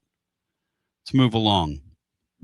My second one is Tennessee's defense is going to be better, but not good enough to contend. And looking back at it, they were 92nd in America points per game, 92nd nationally, 397 yards a game. I believe that the Vols are going to be maybe 40 spots better, but I don't believe they're going to be good enough. I just don't. I think they're thin, and I think at the end of games it's going to get them. Hope I'm wrong, but I think they're thin, and I think at the end of games they're going to get them. Brian, what do you think of that?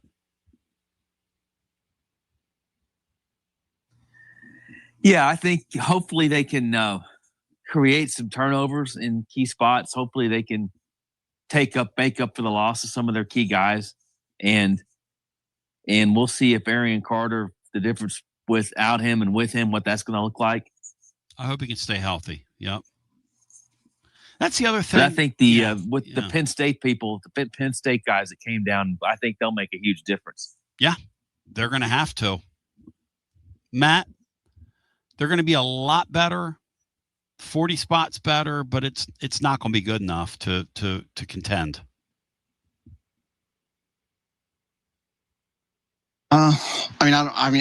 What does contend mean? Like you're in playoff discussion going into November? Like you think they'll be out of it by then, or like what does contend mean to you? I don't know. When you say what does contend I think mean? they'll be considerably better. They were awful last year and clearly weren't coached very properly. Yes. And just kind of mailed it in the last half of the year. So you're going to see significant improvement. They created a bunch of turnovers last year and actually some points off of them, but they were horrific in the red zone. They were about as bad a red zone defense as you could be, even if you give up all these yards and teams go up down field. If you can get tightened up in the red zone, that'll make a huge difference.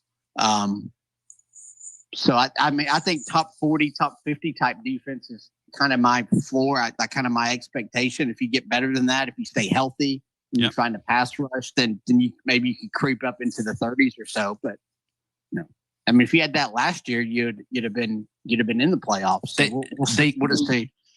They went into November in contention with Oklahoma coming into their building. If they win that game, they're in contention for the entire month of November for the playoffs. My final one is, and then we'll go to the phones. As it was. Deshaun Bishop's going to be really pissed and motivated. That Doak Walker thing's going to really piss him off. And he's going to be vying for UT's school rushing record, and he's going to get close to it. I kind of stand with Matt. If he needs 1,531. Looking at it, last year he ran for 1,076 yards. He's going to get more opportunity, and they're going to do more intricate stuff with him and Faison Brandon on the ground. They just are. And a lot of that's going to be him ending up on the RPO. He's going to end up running. He's going to get a lot of stuff, a lot of activity. He's going to get a lot of opportunity, is my belief, to get near that. And look at his body. And their offensive line is better. And they're going to lean on him. And against some of these Crip teams, he might throw 300 yards up if they leave him out there. I think he's going to have a huge year. The way he looks is just crazy. Crazy. But anyway, those are mine. Matt or Brian, do you guys have anything you want to add? And then we'll go to the phones.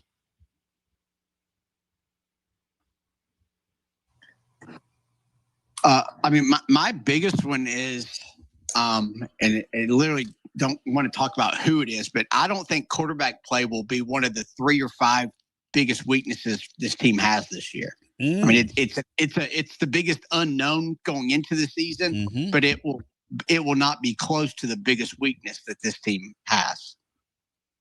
So, and I feel similarly about the defensive line. As long as your frontline guys stay relatively healthy, Rodney Garner will maximize that group, and you've got some pretty talented guys there. At least maybe you're kind of too deep. That if those guys stay healthy, you'll be pretty solid there as well. So, probably the 2 biggest question marks at quarterback and defensive line have what I think is the best position coaches coaching them up from from our staff. So I think that can be a good thing. And you're talking about Heupel and Garner, right? Heupel and Garner, yes. You're not talking about Halsley. Yeah. Well, I mean, you can throw him in there too. I mean, why not? Whatever. I mean, Heupel's the OC. Back to the phones we go. 865-200-5402. And let's go to our phones. Somebody said the Bishop isn't the type of guy that gets extra motivated from preseason stuff. He's plenty motivated. Hey, look, competitors are competitors are competitors are competitors are competitors. And I'm sure they've made sure and made him aware of that. So, but competitors are competitors. Hello and welcome in. You're on the air. Tony, have you thought about going to 27 when you have Faison, Sean Bishop, and DGG in the backfield together with all trickeration they could do there? I mean, the thought, Matt. Have you thought of that, or did I just blow your mind? No, I want to live in the moment. But can you imagine all the things you can do? Seriously, live in the moment, looking at 2027. Back to the phones we go. Hello and welcome in. You're on the air. Tony, put me at the end of the line, please. Hello and welcome in. You're on the air. How are my French compatriots doing today? W. Lynn, welcome in. I love Titans-Bill there, Tony. He knows his place, I guess. He the man. He the man. Tony, they almost used my idea I talked to you and Bino about 2 months ago, the Nealon Gray, but they wouldn't change the name. Remember when I brought that up, Tony? A.W. Lynn, I wonder if they listened that day and drew inspiration from your phone call. Have you thought about that? I've actually thought about the fact that you say they do listen to your show, and I think that might have had something to do with it. And they did a Nealon uniform, W. Lynn. Right on cue, I know, man. and all they did was not change the name, and I'm proud of them for doing the uniform. Yeah, it's a great. So you like it, W. Lynn? Oh, I love it, but I just wish they'd have called it Nealon Gray, because that would be something we could have forever. Just call it that, you know. And but I like it. I really studied it, and hey, in this time of we got to find tradition wherever we can find it. Yep. And wearing the orange and crimson, we petitioned Nick Saban officially every year to do that, and he refused. And the fact that we're doing it, that's tradition. That is our throwback uniform. To me, us wearing orange and them wearing crimson, and I was in the stadium in 1970. I'd kind of forgotten that was the last time it happened. You know, but I love that. We got to find tradition where we can find it. And yep, that's two good things we did. The Nealon, the Gray, whatever they want to call it, but it's a Nealon uniform, and then the Alabama, Tennessee, and it's just a 2-year agreement. Is that correct? Yes, 2-year agreement. But here's the thing. Hopefully when other clubs see it and programs, hopefully more people glom onto the idea, because it just needs to happen. Look, from the spotter game that the whole reason they did this is because of black and white television. Well, I mean, how long we've been in 65 years in the color television era. That's why in the early 70s, W. Lynn, they went away from it for a game. I know it, and I can remember as a kid watching us play Georgia Tech, and they were in their gold, and we were in our orange, and it was black and white, but we could all tell who was who. It wasn't really that even big of a problem to me, yes. You know, but I understood where they came from, but yeah, those days are over. You know, home team has the choice the way it is now, and it should be if there's no conflict, because I can remember Ole Miss up here in blue and Georgia in red a few times they came, you know, and we were in our orange and UCLA was in that UCLA blue. I mean, that's classic. Here's the other thing, right? The only game this year where it wouldn't work, if you stop and think about it, is a Texas game. That Texas game wouldn't work. No, and they're going to come up here to quote a great caller we used to have that moved away, I think, to Mississippi, JC. They're going to come up here looking like the big white Q-tips, wearing they're all white. Yep, the big white. Yep. Do you remember him calling them? Oh, yeah, he used to call us the big white. He said, drive me nuts. Because he said Filmer came up with the big white Q-tip Filmer and look. the big white Q-tips, yep. But even playing Texas, their old burn orange isn't close to ours, and I think on color TV it'd be okay, to be honest with you. I think it'd be it would screw up my brain, which doesn't mean anymore. I don't think you can do it. No, I don't think you can do it. It's too close. Yeah, well, anyhow, but my thoughts on the season after that is we beat Georgia Tech. I think our window is between 8-4 and 10-2. We lose to Georgia Tech. Our window's between 6-6 and 8-4. Mm-hmm. And that's a great hot take, Matt. You beat Georgia Tech, 8-4, 10-2. You lose to Georgia Tech. You open up the possibility of 6-6. I agree with that. That's a good hot take right there. Dixon and Matt, do you guys buy what W. Lynn is laying down here? Well, Heupel has never done worse than 7-5. Yes, he's never done better than 10-2. So, yep, that's just something to think about. Does have a true freshman at quarterback there that kind of can lower your floor. That's just well, but another first year starter at quarterback, which Heupel's had every year, but 2022. Yep, as well. You're right. Which is kind of crazy. I mean, the other guys had, besides Nico, they had experience, but yeah, you don't have a returning starter at quarterback. Imagine having all that success offensively and breaking in a new quarterback just basically every year. That's crazy how good that offense is. But another food for thought is in the AP top 25. I know we look at the top 25 Big Ten versus SEC. But if you look at the top 13, which would be in the playoff or on the cut line, because you got to have a group of 6, in the top 13, there's 7 SEC teams and only 3 Big Ten. And we play 4 of the SEC teams of the 7 in the top 13 of the poll. Pretty interesting, man. That's some good stuff right there. So we're gonna need the 12th individual over there a lot this year, Tony, at home. We got to take care of our home field. W. Lynn, you're my main man. I love you. Thank you. Great call. The 12th individual, forevermore. Well, in honor of going to the Neal and Gray, we need to call them the 12th General. Get away from the Butchie Boys stuff. Back to the phones we go. Hello and welcome into our Russell Smith just made me laugh. Hello and welcome who you can hear this afternoon. Oh, Russell, stop it. Welcome into our next call. Hi, you're on the air. Philly Bo Scum. Back to our phones we go. Hi, welcome in. You're on the air. Hey, is this me? It is you. Joshy boy, what's up, man? What up, Tony? What up, Dixon? What up, Brian? Do you have any hot takes that you would care to add to today's Hot Take Thursday? No, I don't, but I want to start my phone call off with, Tony, why does it seem like every time when this Rusty guy calls in, he has an obsession with Mark and Columbus? It just seems like he makes most of his phone calls about Mark and Columbus. What do you guys think? What? Where did that come from?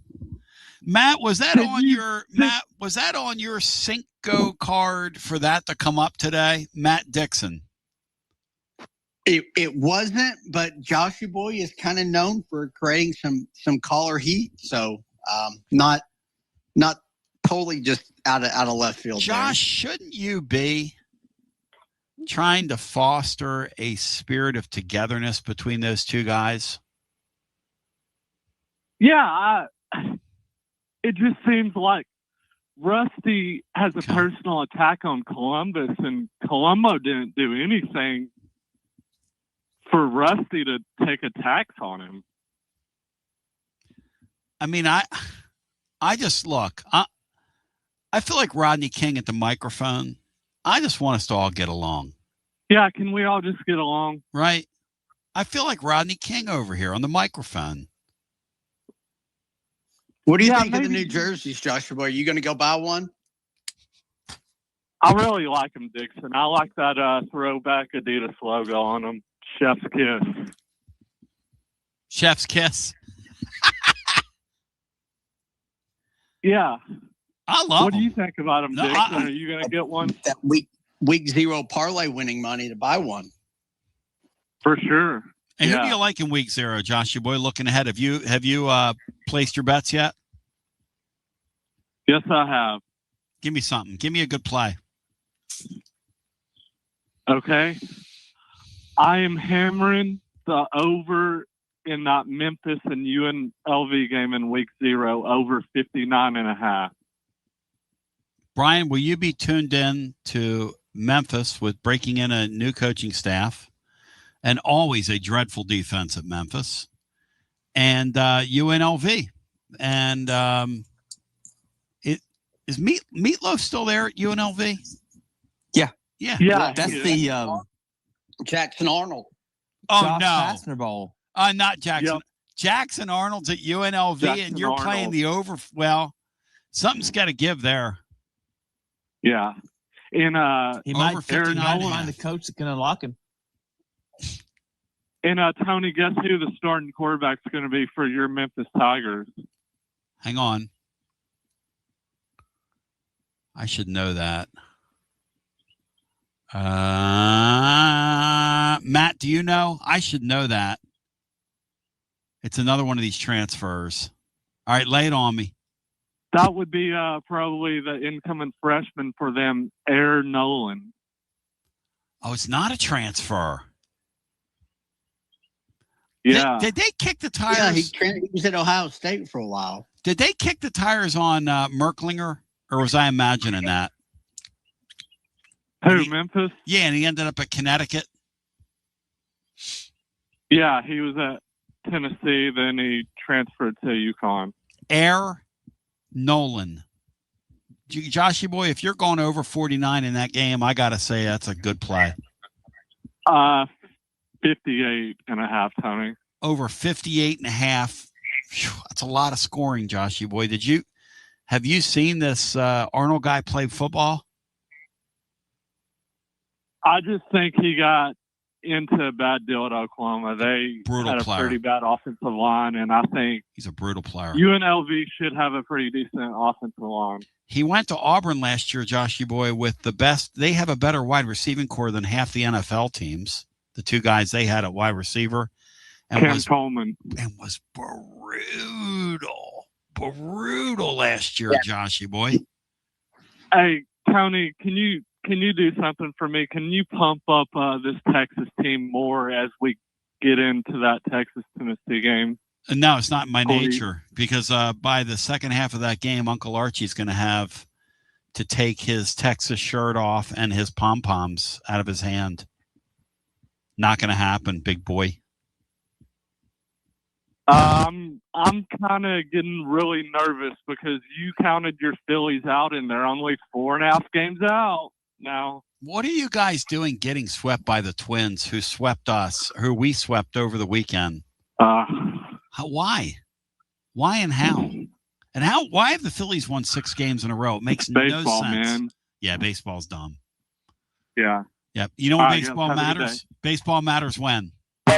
Postseason. That's exactly right, Joshy boy. Thank you.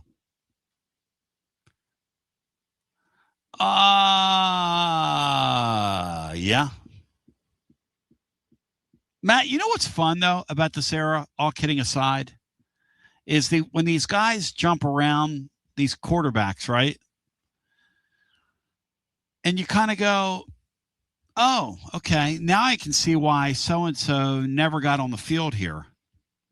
What's a kid's name from Atlanta that came up here? He's a high 4-star player. And I heard early on that they had 0 plans for him because he couldn't play. What was that kid's name? Harrison Bailey. people were so mad at me. And I was like, look, sorry. Somebody over there might be it, but it ain't that guy. And he went from place to place to place to place. And I think he ended up walking on at Louisville at the end. Is that Wasn't how he you in guys Florida remember last it? year? I think he went to Florida last year. Did he really? Yeah, he was in Florida. We were like, oh my, he's going to come in that game and But he lead never them got to a on, win. He never got on the field for him, huh? Wow. Because the kid that's starting for Furman is that's crazy. That kid was so highly ranked in his class. And in a lot of ways, I give these guys credit because they want to play football. Is the Garcia, is he the one that like transferred, like moved from California That's him. to Georgia to play for our guy Rush Probst and then was like ruled ineligible? Is that him? That is him. Yes, that is him. Maybe so that gives us an angle to get Rush Probst on the week of the Furman game. If he's not too busy helping Pruitt's dad coach down there. But I remember at the time telling people this Harrison Bailey guy can't play. And they were so pissed at me.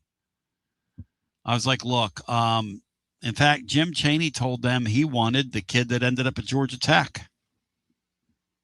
That Haynes King, I'll tell you what, was a hell of a college quarterback. Hell of a college player. But you're right, Matt. That is the same guy, come to think about it, who transferred in. And Rush Probst, didn't that end up costing him his job because he got their hands slapped and they were ruled ineligible? It was probably one of many things that cost him his job. Yep. So funny. The Bailey kid.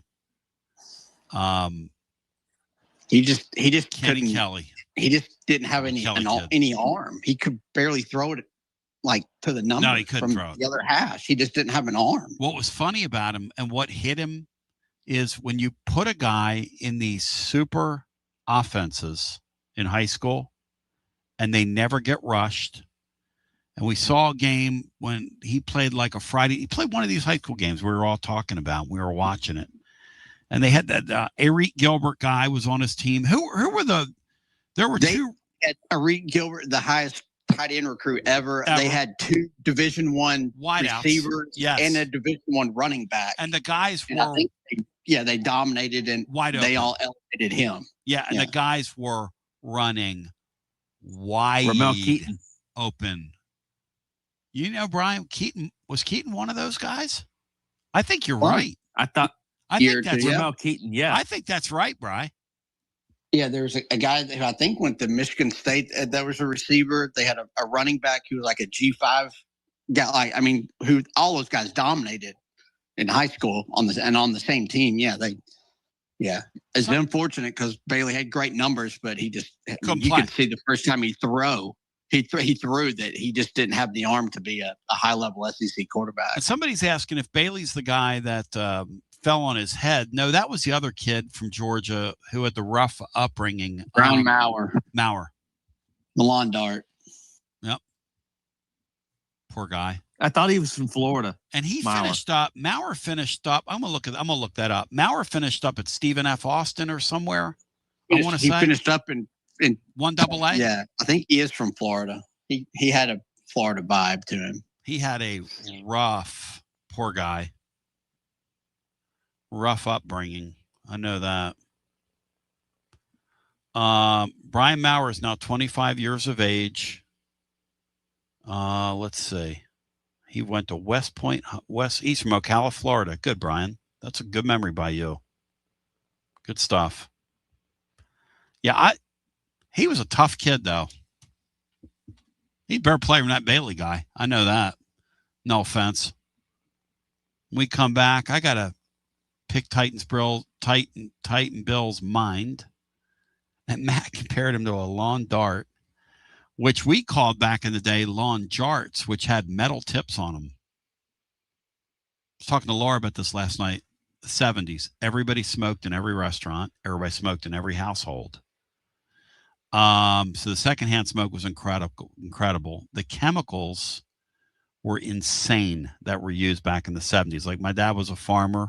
The chemicals they used back then were just, you can't get your hands on them now. Kids played with projectiles that had metal tips on them. What an era. What a time it was to be alive. Nobody was locked into a car in a seatbelt. As in nobody. Nobody wore seatbelts in the 70s. You could put 50 people in the back of a flatbed truck and go 55 miles an hour down the road and nobody even looked at you. I mean, it was the most next level. Lead-based paint was everywhere. Yep, lead-based paint. I remember the PSAs showing the kids eating the paint, telling you not to eat the paint. That always stuck with me. Since that PSA, I've never once eaten the paint off the wall. It really worked on me. So we continue with more after this. Tona B, inviting you to experience the Collins Insurance difference. And what's that? How about multiple top carriers that you can trust? Like Erie, they underwrite our entire Rainier studio and everything around it. Travelers, Hartford, Hanover, Progressive. We do what's right because we care. In today's technology-driven world, maintaining the human touch, Bruce Springsteen, is one of our main focuses. We deliver the best customer service humanly possible. We give you someone that you can actually call or sit in front of. Imagine that. No call centers here. Experience the Collins Insurance difference. Check them out at collinsinsurantetn.com, and they're Mrs. B approved. Collins Insurance.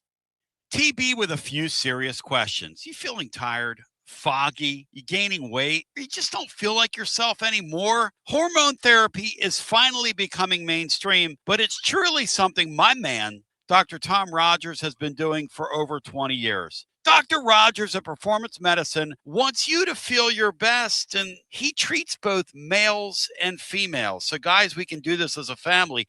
At Performance Medicine, hormone therapy is personalized to you. If you're dealing with hot flashes or mood swings or low energy, decreased libido, fatigue, muscle loss, stubborn weight gain, it might be time to find out what your body really needs. No shame in this game. You can do something about all the above. Performance Medicine offers customized hormone treatment plans based on comprehensive lab testing with options like pellets, creams, patches, oral medications, and injections. The goal is simple. Help you feel like yourself again. Next level. Make your life better. Take it to the higher plane. Visit performancemedicine.net. Schedule your consultation today. You'll feel your best with Performance Medicine. Big news, Basilio family. Get ready because the 2026 Knoxville real estate market is officially shifting into high gear. All signs are pointing toward a record-breaking year, and the energy across East Tennessee is absolutely electric right now. Whether you've been dreaming of finding that next home, looking to capitalize on your current equity, or ready to dive into the investment world, the timing has never been better. Having a game plan is the key to winning in this fast-paced market, and I'm ready to help. Give me a call, Jennifer Morris, at 865-694-5904, or reach out at nextmovesmokymountains.com. That's nextmovesmokymountains.com, and go Vols. Basilio here with the great Chad Stockton of FC Alliance. And Chad, I can hear it in the background, brother. It's World Cup season, and you guys are in the middle of it. Talk to me. We are excited. Our U9 through U12 trials just kicked off today for our locations in Knoxville and in Johnson City. So we're ready to offer any player top-level competition, top-level training anywhere they want to be in Northeast Tennessee. In our programs, we offer competitive play for anywhere from 9-year-olds to 19-year-olds. We've got two locations. Our location in Knoxville is kind of our home base, and our location up in Johnson City in the Tri-Cities area is our FC Alliance North. Both locations are growing tremendously, and we're excited about what the future holds here at both locations. growing the beautiful game in the season of the World Cup. Chad Stockton, how can folks get more information? Go to our website, FC Alliance or FCAllianceNorth.org. And both locations, we're happy to serve the beginning player or the more experienced player, because what we will promise is the top-level training and top-level leagues that we can play in for all of our players. Growing the beautiful game in Knoxville and now also in the Tri-Cities. FC Alliance. Thank you, Chad Stockton. Thanks, buddy. He's unbelievable. I love me some Chad Stockton. I bow, and I mean bow thy head when I say his name. I bow thy head when I say William Patterson's name. I bow thy head when I say Russell Smith's name, who popped me earlier today, immaculate, with a really funny thing that he said. Where am I going here? I'm trying to figure out where I'm going. The playbook with William Patterson's on the way next. You're listening to FM 105.7 and AM 1340, WKGN Knoxville, and W289CU Knoxville, Fan Run Radio. As for us, a little bit more, a little more. This season, can I trust you with that? Cool, just order them online. Oh, what? Yeah, I'm going to hop online and I'm going to get them ordered. Hold up, that's not a good idea. We shouldn't just spend money on some random online retailer, okay? I mean, it seems pretty convenient. Trust me, it's a terrible idea. Let me simplify this for you. SM Athletics. Okay, how do you pronounce it? SM Athletics? They're the go-to for uniforms and equipment, whether it's for universities, high schools, youth leagues, you name it. So why wouldn't you rather go with professionals who can guide us through the process, design the perfect uniforms, and deliver the best equipment? Yeah, I guess that makes sense. What's the name again? SM Athletics. Right. It's definitely smarter to go with a company that emphasizes customer service, fair pricing, and, of course, excellent products. Exactly. So, yeah, I guess it's settled then. For uniforms and equipment for all sports, it's SM Athletics.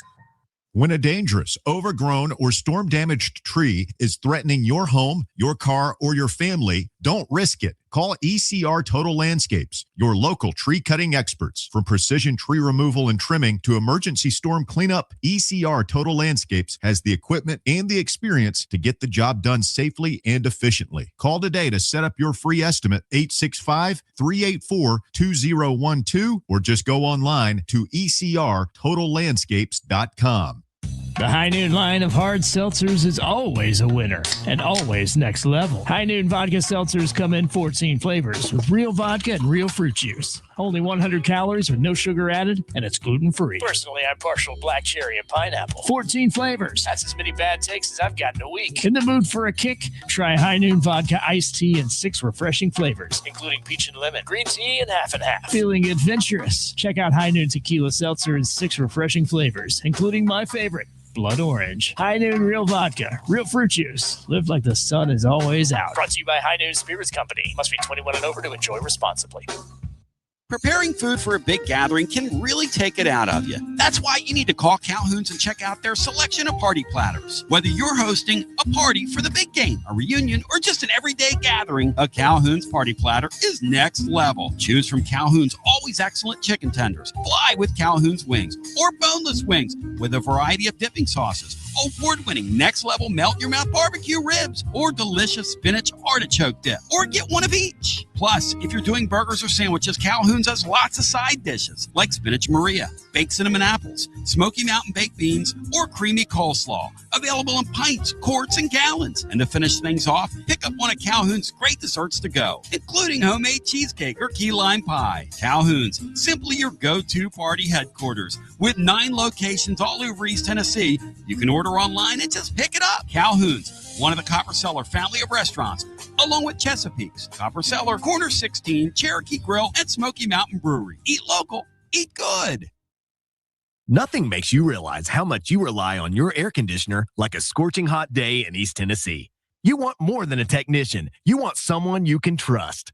Schedule Pipe Wrench's $79 AC tune-up now because the heat is here. Our certified technicians inspect, clean, and fine-tune your HVAC system to help it run efficiently and reliably while reducing the risk of breakdowns when you need it most. And while we're there, we can also recommend ways to improve your indoor air quality for cleaner, healthier air throughout your home. For more than 20 years, homeowners across Knoxville, Maryville, Oak Ridge, and surrounding communities have trusted Pipe Wrench Home Services for dependable comfort. And with their same-day service guarantee, you won't be left waiting when comfort matters most. Schedule your $79 AC tune-up today at pipewrench.com. Same-day service guaranteed, or the visit is free. Offer valid on standard systems only. Visit pipewrench.com for details. Basilio here with my buddy, Connexio Kristen. Hey, Tony. Good to see ya. Connexio builds fleet technology that helps transportation and logistics companies win big. Live GPS, easy ELD and compliance tools, AI dash cameras, and asset tracking, all backed by the .1 U.S. customer support team. Want a better playbook for your operations? Visit Connexio.com/Tony. That's KONEXIAL.com/Tony. Connexio, built for drivers, trusted by fleets, and proud Vol fans. Jake Garcia's got me going down the rabbit hole here. You don't want to see me in the rabbit hole, okay? Like Popeye in the sippy hole. Those of you that know. Here we go. It's high noon somewhere. Sun's up, and it's time for another High Noon Overtime. The place where we kick back, pop a top, and really get to the bottom of it. Presented by High Noon Hard Seltzer. Do we ever? Made with real vodka and real fruit juice. Only 100 calories with no sugar added, and it's gluten-free. Live like the sun is always out. And now, it's time for High Noon Overtime. On a hot, humid day like today, are you kidding me? Ladies and gentlemen, boys and girls, children of all ages, on your High Noon Overdrive Overtime, my name's Tony Basilio. It is absolutely next level. We're talking about this Garcia guy, right? And there's so many rabbit holes that go down with him. First of all, hey, Matt, I was thinking of some of the other quarterbacks named Garcia, but I keep going back to what you said. That is the guy. Rush Probst got his family to move across the country and then declared ineligible, Matt. You nailed that. How did that stick with you, Matt? You are a sick individual. How did you remember that? Really, it's a Rush Probst tie-in. Okay, and you love, just for the record, Matt loves Rush. You're a Rush Probst guy. Jake Garcia was probably neighbors with J.J. Peterson down there. And then we had Steven Garcia at South Carolina, who Kiffin's diversity advisor reminds me beat Nick Saban in a game, which is a great aside. That's kind of very random and very funny. But I recalled that to them during the break. I was like, there was a Steven Garcia. And Brian, you brought up the other Garcia that played quarterback, the guy at San Francisco, who was really Jeff good for Garcia, the Eagles one year. I think was his name. Jeff Garcia. And what I remember about Jeff Garcia is that Terrell Owens accused him or said that he was homosexual. Not there's anything wrong with that. But he said it in a way, he said, if it walks like a duck and it quacks like a duck, it's a duck. So Terrell Owens is a complete nut. But that Garcia guy, that Jeff Garcia guy, the red-haired Jeff Garcia, saved an Eagle season when Donovan McSad got hurt, and he balled the hell out. I respect Jeff Garcia. He can play. But that thing with Terrell Owens and him was one of the funniest, craziest, nuttiest things ever. Talk about hot takes. And then we'll go to Titans Bill, who's got to be feeling hot all over. And I'll tell you about that here in a second because he's seeking treatment for his psoriasis. And he's never experienced this drug, but I have. And we're going to share with Titans Bill what he might expect. Not that I want to speak in anything into existence. Hey, Matt, Titans Bill is taking right now that steroid that is prednisone, Matt. He's going through a dose of prednisone. Do you have any experience with prednisone, Matt? No, I don't, but I know that does makes you go crazy for a little bit. Titans Bill. It's a rough feeling. Hope you get better, Titans Bill. It is a rough feeling. Prednisone is rough stuff. What we call rough stuff. So I love me some Rush Probst. Somebody's reminding me that didn't move to Colquitt. Actually, the family moved to Grayson, got a state championship at Grayson High School. Jeff, I'm not sure that the Garcia kid played. I think they won it that year. I think they ruled him ineligible, Matt. Isn't that correct? Isn't that what happened? I know he was ruled ineligible. Now maybe they did some behind the scenes politicking and got him eligible at some point. But I just remember it when it happened that he was ruled ineligible at some point. There's somebody in the chat campaigning against the Coleman kid, the wide receiver from Auburn, who literally looks like Hercules, saying that he can't play. Let me tell you something, buddy. He's not only can he play, he's a damn good player. Okay? Outside of the guy at Ohio State, he's the second best wide receiver in college football. Look, I've had some bad takes in my lifetime, brah. So I see one when I know one when I. That's a horrendous take. But I give you credit. You're a takesman. And you're hanging in there with your take, though it is a bad take. The king of takes. The king of steaks in Philly is Pat's. The king of takes is Titans Bill. Gave us a take about Caitlin Clark. Bino gave him a take about Jesse's girlfriend back in the day, which will never be forgotten by the living fan. Bill, how are you doing under your regimen? You had your first dose of prednisone. When was it? It was at 8 o'clock this morning. I took it along with some of my other medication. Okay. Bill, two things about prednisone. First of all, it will pump you up, literally and figuratively. It can make you get a little puffy. So if you feel a little puffy, because what it's doing is it's a high level anti-inflammatory. It's really, really strong. Really strong. The other thing that it does, Bill, is it makes you behave like Cornholio. Do you know who Cornholio is, Bill? I never heard of Cornholio, but tell me who he is. Matt, are you familiar with Cornholio? Who needed TP for his bunghole? Did you ever watch Beavis and Butthead, Matt?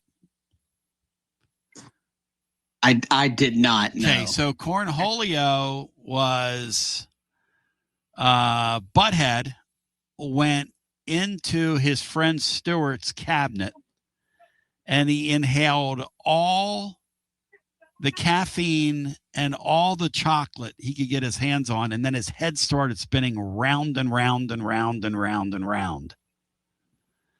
And Scrap Heap Joey, what a name, Scrap Heap Joey, over on YouTube, Scrap Heap Joey. He thinks that your name for the next 48 hours ought to be Titans Cornholio now. Bill, if I send you Cornholio on your phone, will you watch it for me? No, I will not. No, you will. Beavis was Cornholio. I'm sorry. That's right. Beavis was Cornholio. Thank you for that. Matt, did you ever watch Beavis and Bunghole back in the day? Beatrice and Bunghole? No, I did not. As Tony, oh my that's gosh. something there that Brian Hartman would watch, not me.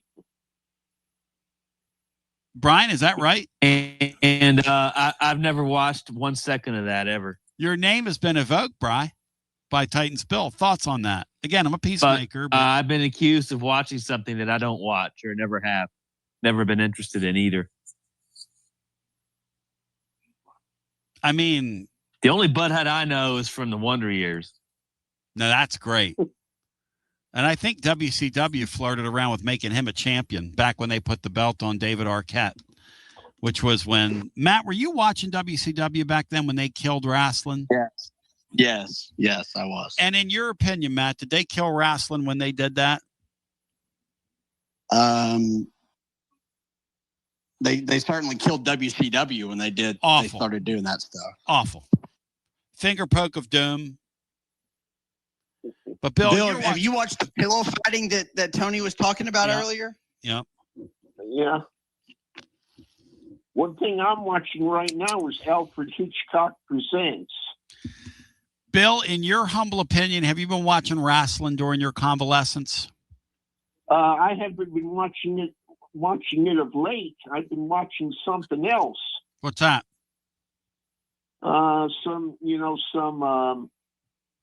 Mostly stuff on HBO Max, like The Sopranos or The Newsroom or stuff like that. What are your side effects right now from that medicine? Tell me about it. What are you feeling? Well, I'm not feeling nothing right now. Okay. And of course, as I told you when I had my private thing, I'm going to be taking another one at 4:00 this afternoon. So give me your regimen. You take 3 the first day, right? Yeah, I took one this morning. Okay. Another one I'm going to take at 4:00 this afternoon, right. And another one before I hit the hay. And your sister Sandy wrote it out, because I called Bill to see how he was doing last night. Your sister Sandy wrote it out on your calendar, right? On my calendar, yes. Oh. And when I last went to see Dr. Haney, right? My blood pressure was very low. Praise the Lord for that. Okay. And also, but still, my sugar is high. Oh, really, Bill? Yeah. And I'm the kind of guy that loves to eat honey buns. Yeah. And loves to eat cookies. You're the type of guy, say you like to fool around. Who did that song, Bill? You're never in one place. Why is this not working? You move from town to town. Bill, why is this thing not working? Oh, man, Bill. I have no clue. Damn it, Bill. All right, hang on. Laura, if you're listening, please get down here. If you're not, I'm going to text you here in 30 Tony, seconds. I'll tell you another one that's bringing tradition back, and that's the Tennessee Titans. They did away with the flame. It's now just going to be a light blue with the sword T and the 3 stars. So they've gone back yeah, to the Titans do. I'll tell you what, the Titans do have a bunch of 3 stars on their roster. You're the type of guy. Give me the logo again, Bill. It's going to be light blue. Yep. With the white T and the 3 stars. Memphis, Knoxville, and Nashville. In here. They can't hear me, and I can't hear them.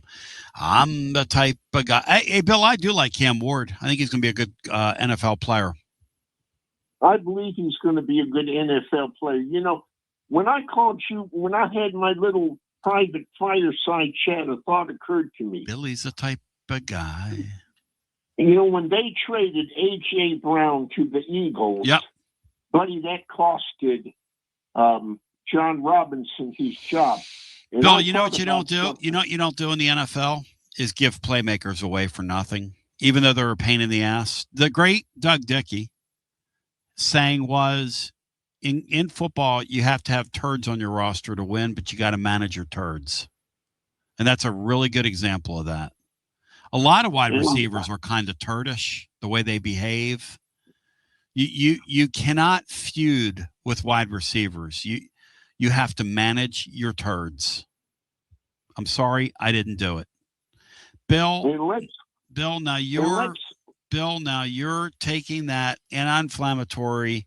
Are you getting any relief at all so far from your psoriasis, Billy? Well, it's still there. I have a rash on my right arm. Yep. And And buddy, I still have some psoriasis on my left arm, and on my right leg, water is coming out below where my feet is. Water. I'm not kidding with you. Did you? And you showed your doctor that? I believe Sandy was discussing it with Dr. Haney that one day when she normally does my laundry. And I'm getting water right now on both my leg here, and I have to go and get a paper towel to wipe it off. And so it's weird. I have never heard of that, but I think my lunch just got postponed by an hour. And Bill, I thank you. I love you. Is there anything else you'd care to add today? You've been you gotta sing. And you do you do not sing, but you make a song. All right, Bill, let's hit it. Jennifer Morris, this is for you. Jennifer Morris. Let me call her. Hang on. I said, you do not sing, but you make a song. You live your whole life, and I hope you live long. On the Gong Show, you won't get gong. Titans, Bill and Tony, B, not Cheech, and the Chong. All right, Bill. Go ahead and do it. Dr. Z says he's been there before. He said leaky water leg is the worst. Yeah. Bill, what is in the background? I'm watching Alfred Hitchcock. Can you reach over there on your device and hit pause and show some damn respect? I'll turn it down for you, buddy. Man. How long have we done this? Okay, it's down, so I don't believe you'll hear a thing. All right. Okay, here we go. A 1 and a 2 and a 3. Happy birthday to you, Jennifer Morris. Happy birthday to you. Happy birthday to my good friend Jennifer Morris, who I've become a big fan of.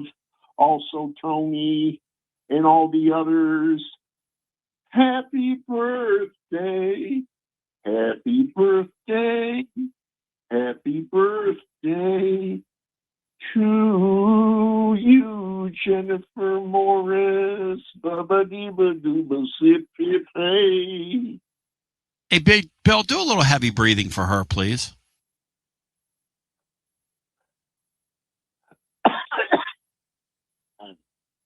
No, I didn't say choke. Matt, that wasn't heavy breathing. Matt, was that heavy breathing? Matt, you're the AMSR guy around here, or ASMR, whatever it is. Bill? Yeah. Matt Diskin? Can Matt hear me?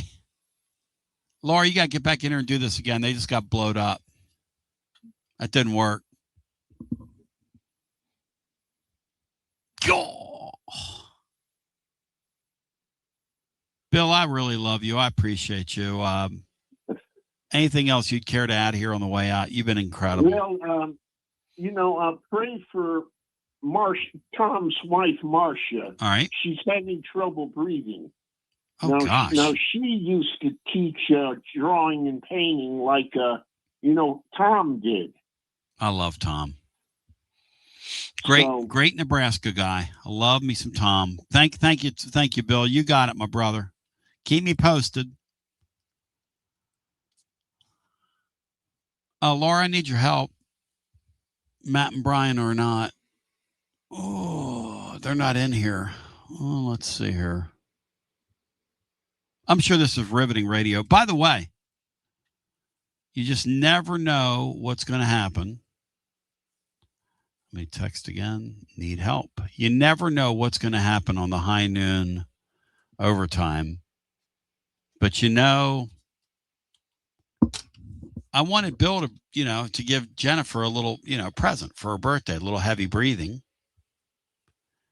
And he was choking out.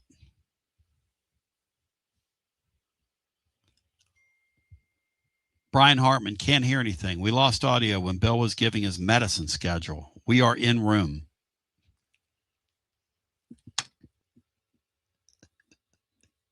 Imagine if you,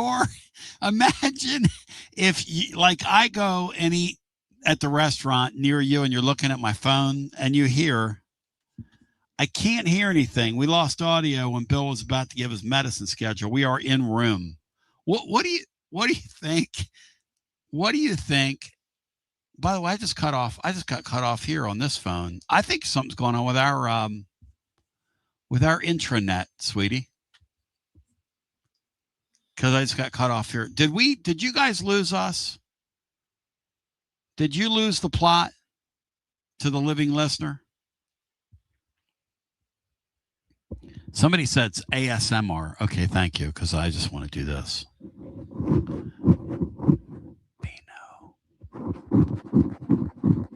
Bino. Are you in there, Bino? My little furry friend. Bino. With the fuzzy ears. Bino. My little furry friend. With the fuzzy ears. Matt, can you hear me? Stay right there till I hear you. I can now. Thank you. Okay. But I missed basically all of Bill's call, which is a real bummer, but maybe a blessing. Well, I tried to get him to breathe heavy at the end of singing "Happy Birthday" for Jennifer Morris, and he about choked. It was a sight to behold, but maybe we'll edit it all together. Okay. And Brian's back. Brian, what did you get of what Titans Bill did? I don't know what he did post trying to give out his medicine schedule because I didn't hear anything. So now you know my texts are real. And I'm real and my love is true. Now you know that, see? So all you got was his medicine schedule, right, Brian? And then it got cut off? He was just about to give it, and then I heard nothing. Because I'm real and my love is true. High noon, ladies and gentlemen, presenting this exercise in futility. High noon hardline of seltzers, always a winner, always next level. High noon vodka seltzer, 14 flavors, real vodka, real fruit juice, only 100 calories, no sugar added, gluten-free. You got to check out black cherry and pineapple. They will knock you out. 14 flavors, though. Look, I'm a takesman. I can give you 14 bad takes. I mean, none like that. The Cam Coleman can't play, though. None like that. I mean, that's a terrible take. But I'll tell you what's not a bad take is picking up some high noon vodka iced tea on a warm summer day. 6 refreshing flavors, including peach and lemon. You got green tea, you got half and half. And if you're feeling adventurous, high noon tequila seltzer, 6 refreshing flavors, including blood orange in honor of the Texas game. High Noon, real vodka, real fruit juice. Live like the sun's always out. Brought to you by your High Noon Spirits Company, 21 and over. Enjoy responsibly. My name's Basilio. This is our kingdom. Back to our phones we go. Hi, you're on the air. Tony, what's up, guys? It's Parker. Hey, Park, welcome in. Y'all need to do like instead of an AP top 25, how about a TB top 10 of your callers as they are today? Because Titansville would be number one, obviously. What the callers are to me, Parker, is they're all children. They're all my favorites, man. Oh, come on, Tony. I don't believe that for one certain. They're all my favorites, Parker. They're all my favorites, man. Hey, I get it, man. You got a business to run. You got to say that. I get it. Yep. I can't be partial. Listen, those uniforms are ugly as sin. I didn't do it, as you say. What? Yes, Tony, those are terrible. You can't mean that. You're a learned young man. Those are a history lesson, those uniforms. It's a history lesson. You think Tony, we have done so much honor and tradition for General Neyland. I mean, the whole stadium, the statue. Why else do we need the jerseys? I think it's so Adidas can obviously sell more merch. Duh. Matt, Is that where you're at, Matt? This young man's got a cynical view of those jerseys, Matt. I mean, they're not for everybody. You're never going to get universal approval. I like they're at least attempting to have some tradition with them, some meaningful tradition, and not inventing a fake school color or whatever. Thank you. That you're trying to honor the best coach that the program's ever had. What's the stadium name for then, Matt? That's my point. That's named for him too because he designed it, which is on the jerseys. See, he designed it. You got a play designed. I mean, it's all there. I mean, I wouldn't wear alt jerseys at Tennessee either, but they do. It's whatever. It doesn't bother me. It's just it is what it is. The smoky gray thing is the worst thing I've ever seen, though. You have to admit that. The original one, that was just gray. Actually, you're probably going to say this guy makes no sense, but I actually like the Adidas ones that like we first wore. Yep. With the white with our normal helmets, I thought it actually looked decent. You know what I'm talking about? Yeah, this guy makes no sense. Yeah, it's okay. I get that a lot. There you go. But anyway, no, I mean the best. It's like we took one step forward, 2 steps back. The idea of doing the Alabama game and then wear their crimson with our orange, like y'all said, in the middle of the fall is a great idea. So that's one step forward. But then the release of these things, I don't get it. Well, the thing about modern college football is there's enough in there to piss you off and enough in there to please you. And as long as the stuff that pleases you outweighs the stuff that pisses you off, we'll keep watching, I guess. They keep pulling me back in. That's right. But no, they never lost me. I never had to be pulled back in.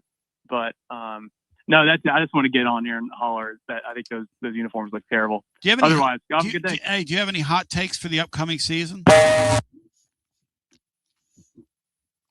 I'm going to take it. That's a no. Hi, welcome in. You're on our High Noon Overdrive Overtime. Tony B is Zach in E-Town. That was a pretty hot blow up right there. Yes, sir. That was what we call a dismount in my business. I'm interested in. So I was in middle school when Beavis and Butthead.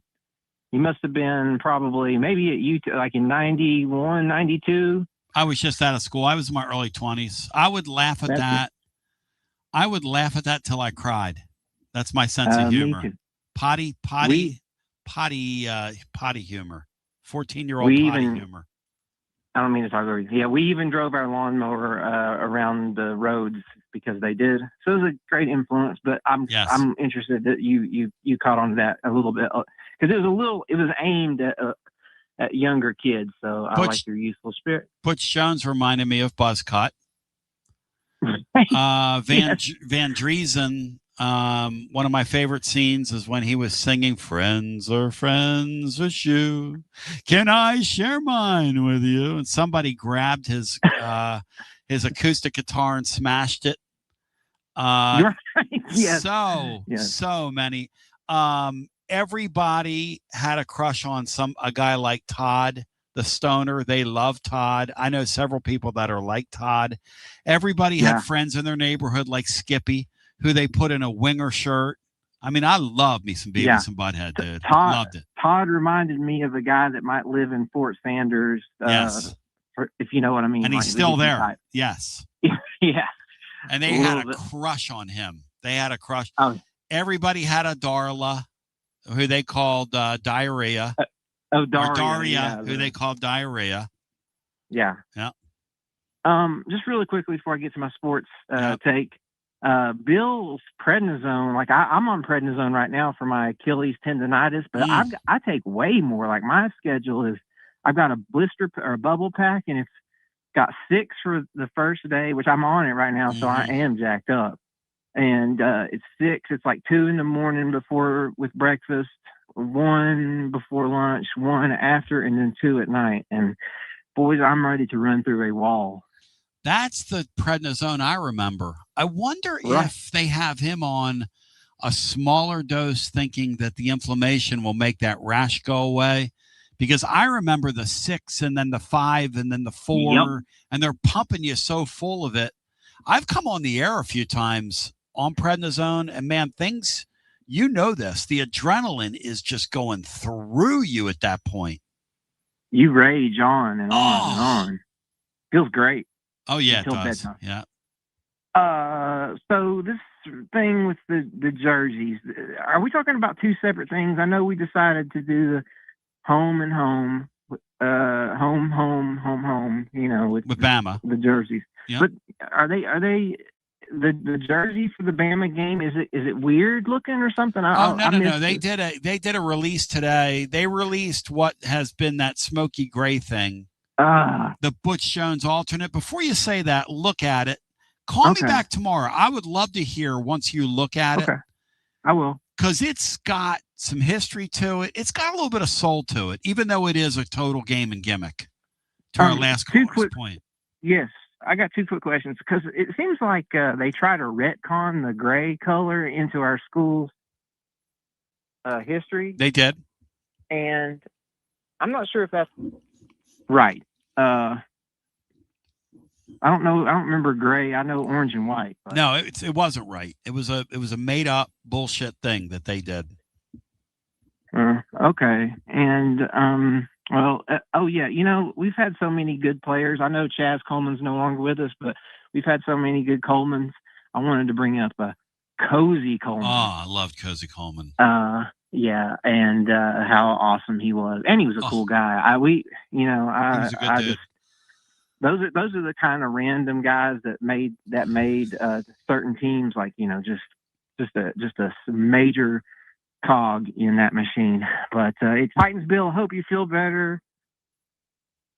All our prayers are with you in your recovery. That's got to be miserable, man. And you too. That sounds rough what you're going through. Yeah, man. It never ends, and every step you take, literally, like the police say, every step I take, it's there. It's haunting you. Yep. Tony, one other quick one.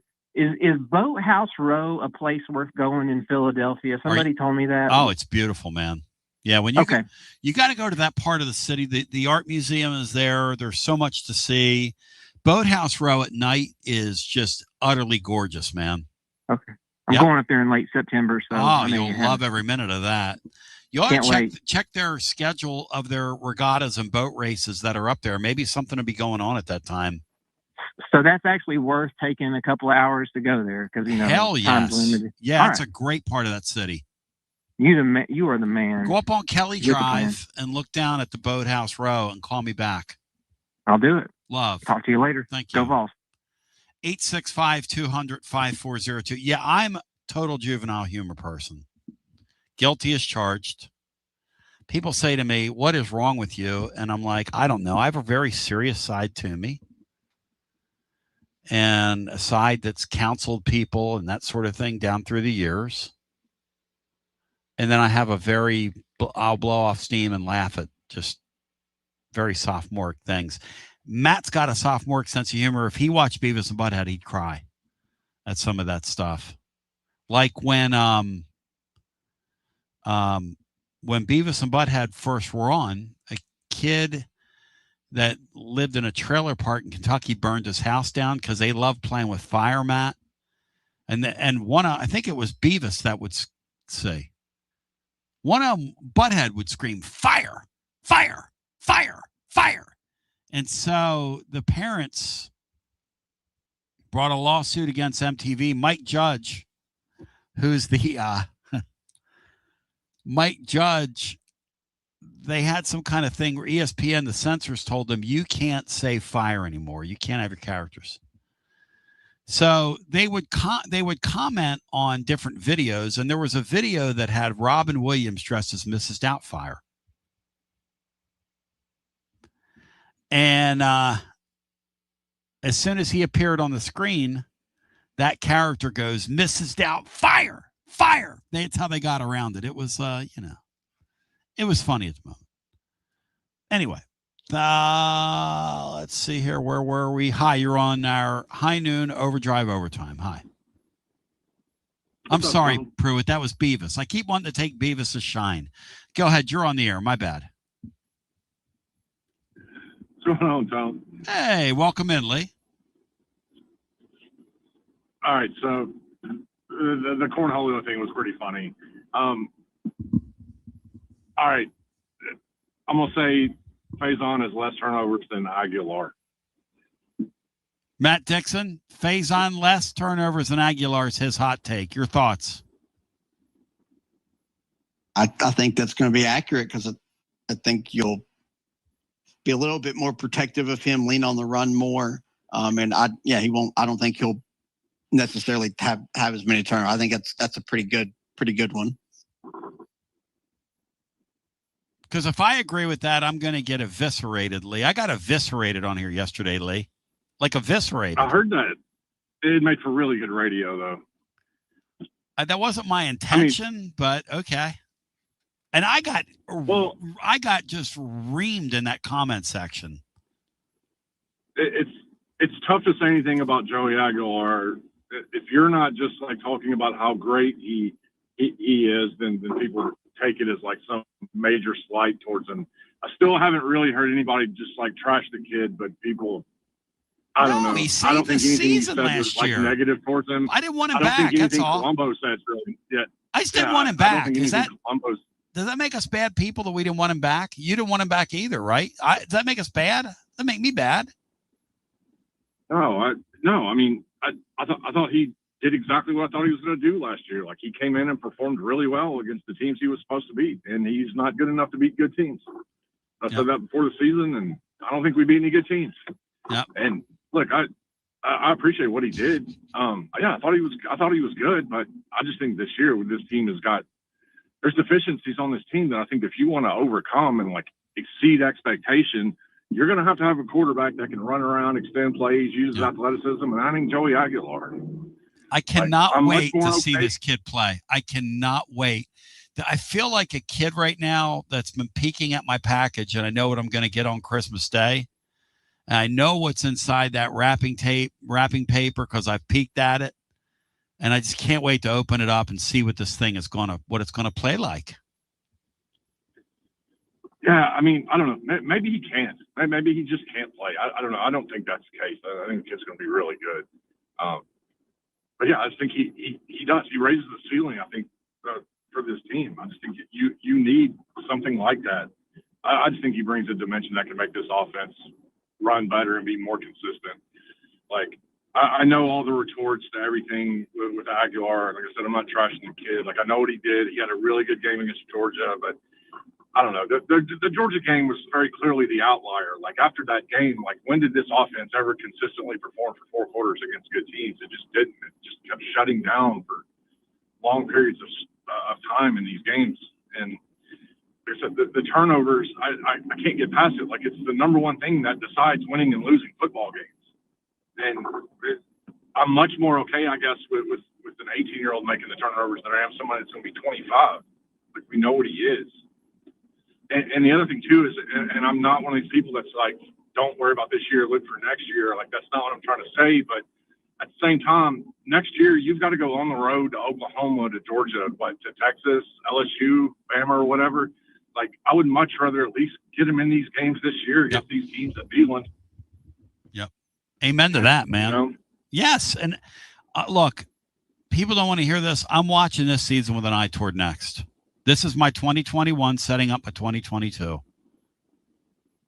Now, do I want to win every week? Sure. Do we have a great athletic budget? Sure. Do we have an awesome fan base? Sure. Do you give any games away before you play them? No, we're right on top of these teams. You've got Georgia up top, in my opinion, and then 7 or 8 teams that are in a glut. I don't put Texas there because that head coach is proven to be untrustworthy. And so they're liable to come in here and do some stupid shit in here with him as head coach. Who knows? Yeah, it's possible. Although that roster is, I don't know. If he fixes the red zone issues, I think that team is a major, major problem for everybody. But we'll see if he can do it or not. Yeah, I think it's any given Saturday league. Yeah, you know? Yep, it's where we are. You know, it's an oblong football, man. The thing bounces weird sometimes. You get a couple of them bounce your way, you know, you never know where you might be. I'm looking forward to watching the kid. I've got real concerns about this defense. I don't know. I know everybody says it can get worse. Like, trust me, things can be worse sometimes. Like, you don't get the turnovers. Some of the turnovers you got last year, they can get a lot worse. I don't know. I worry about this defensive line a lot. Like with some of the pieces that you lost and trying to look at it, you got to replace with. Like Garner's going to get the most out of what you got, but I'm not sure, man. I get a lot of questions on that defense, like big questions, and I'm not sure how this is going to look in a few games versus some of those offenses we got to play. So, yeah, I'm excited to see the freshman get out there and like make some plays, extend some plays, and see what he can do. Interesting hot take by you. I'm glad you said it, not me. Nah, that's okay. I'm used to getting roasted, man. People get pissed at me all the time. Thank you, Lee. You draw lightning. Let's see. Funny. Scrap Heap Joey's a funny commentator. He said, my favorite top 3 things from today. Joey sucks. I didn't do it. 2, audio technical issues with Tony, Matt, and Brian. And 3, a new term that was introduced. Matt, you guys missed this, but Titansville has leg water. I don't even want to know what that's referring to. With his infection, he's got water leaking out of his leg, he told us. I'd prefer not to discuss it anymore. That's kind of gross.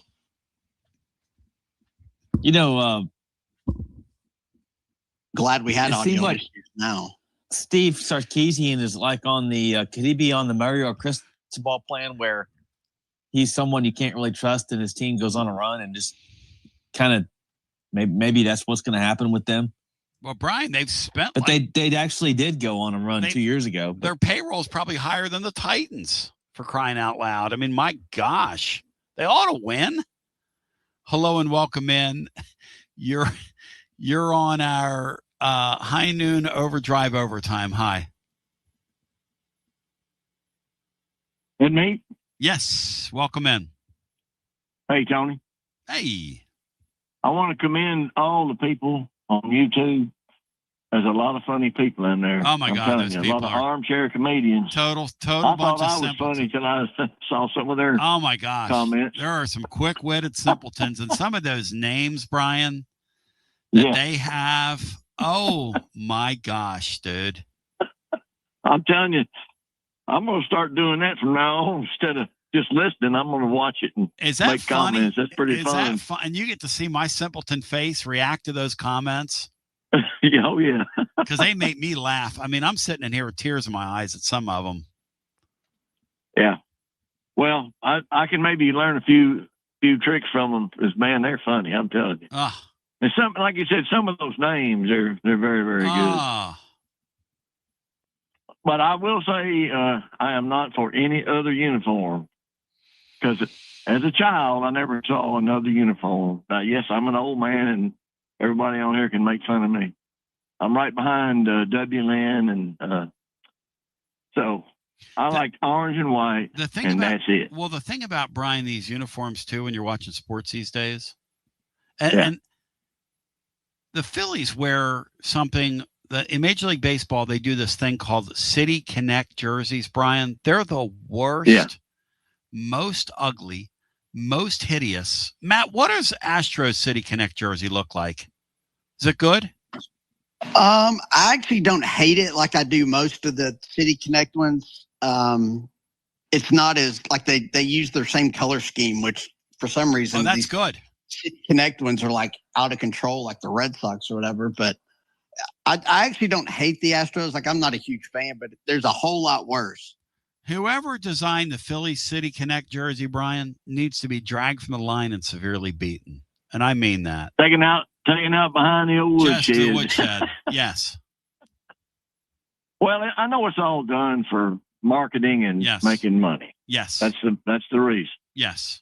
But, I mean, where do we draw the line? Everything's about money. You know, next thing you know, the players will be having things on their jerseys. Each one of them will have a different advertiser on the back of their jerseys.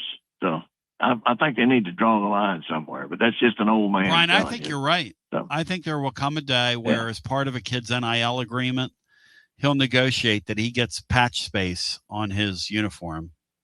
I really think that's going to happen. Well, probably in the next few years it'll happen. So anyway, I just wanted to tell you, your show is awesome. I love to listen to it.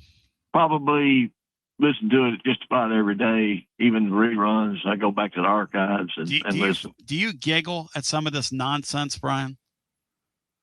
Oh, yeah. But I giggle because a lot of it's pretty damn funny. I'm telling you. I'm simpleton. I'm like you. I'm a total simpleton. Yes. I'm a lifelong sophomore, bud. That's me. How I live. We're never going to change. And you love people too, Brian. I've seen you in action. You love on people. And that's where we are. Yep. Yeah. That's what we're supposed to do, huh? You're my man. Thank you, buddy. All right. Well, listen, you have a good one, and I'll listen in tomorrow. You have a Doc Gooden. Thank you, Brian. 865-200-5402. Joey Watt said Tony should grow a beard. I can't grow a beard, man.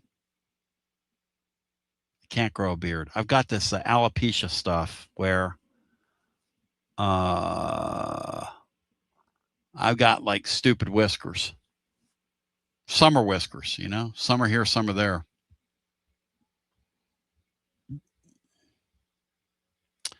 Hypo's Disciple says, I'm a Philly fan. I guess I'll get dragged, but I like the City Connect jerseys. Hey, the thing about taste is different strokes for different folks.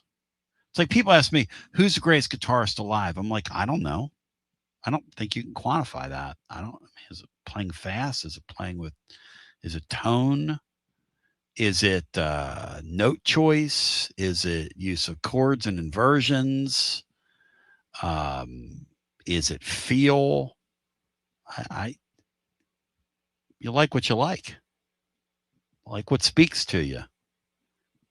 I mean, you're talking to a guy today who's wearing a shirt that Byron gave him, which says Cabo Verde on it. Cabo Verde. And Brian, for the uninitiated, Cabo Verde is? That's Cape Verde from the World Cup. Yep. Cabo Verde. And the only team Spain didn't beat. And Cape Verde is in Africa. Is off the coast of Africa. Thank you very little. So my thing is, if you like the City Connect jersey, the Phillies City Connect jersey literally looks like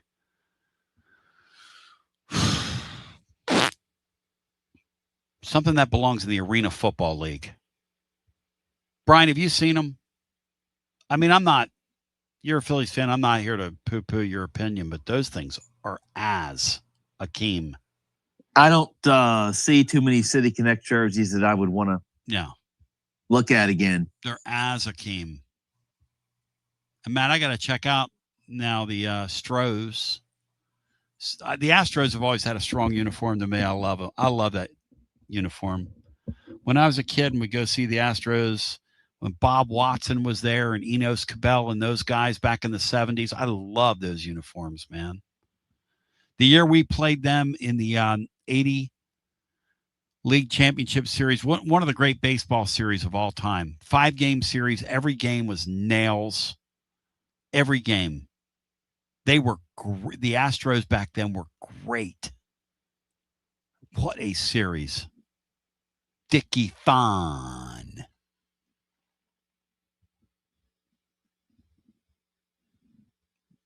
Let's go back to the phones.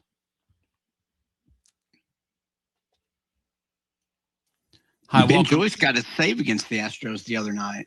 Through three balls like over 102 miles an hour, right, Matt? He's hitting 103. Shit. And apparently he's got some better induced vertical brakes, so it's even faster than it used to be. Hey, or it appears faster than it used to be. Hey, Matt, how come the N-Hells can't get any traction at all? And they're just kind of a silly organization. Yeah, I don't understand that. I mean, they're the second team in their city, so that doesn't help. Probably. I just don't think they have a serious ownership or management in the corporate office, because there's no way you can be totally irrelevant with arguably the two best players of the last 20 years and even overlapping at times, and you literally weren't even a contender for the playoffs. Yeah, and everybody, right, and literally everybody gets into the playoffs, and you can't get in. Yeah, you can't even be in contention, like not even make a run. Like you're never even in contention by the All-Star break. Hello and welcome in. The Joyce guy is a total freak show, though. Matt, does he still have his hair dyed blonde, like one of the blonde bombers? No, I don't think so. No, I think I wasn't paying too much attention to his hair. So I mean, he is a freak, though. He'd be on Bruce Feldman's freak list for college baseball. There's no question. Hello and welcome in. You are on our High Noon Overdrive Overtime. Nobody cares out there about the Angels. Went to a couple games while we were out there, man. Tried to go see Simo and Joyce, anybody else, and support them and wear orange while they were there. And just, there's no fan base out there for them. It's sad. And you're right. Ownership does not care.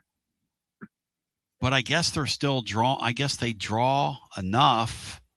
I mean, or the local TV dollars, or it's got to be something that keeps them there. Otherwise, why aren't they in Nashville? Right. I mean, Anaheim, where they're at, is not even remotely LA. They have their diehards, but I mean, they don't draw. They don't sell tickets nationally. Nobody cares about the Angels outside of like a little pocket. So, yeah, it is what it is.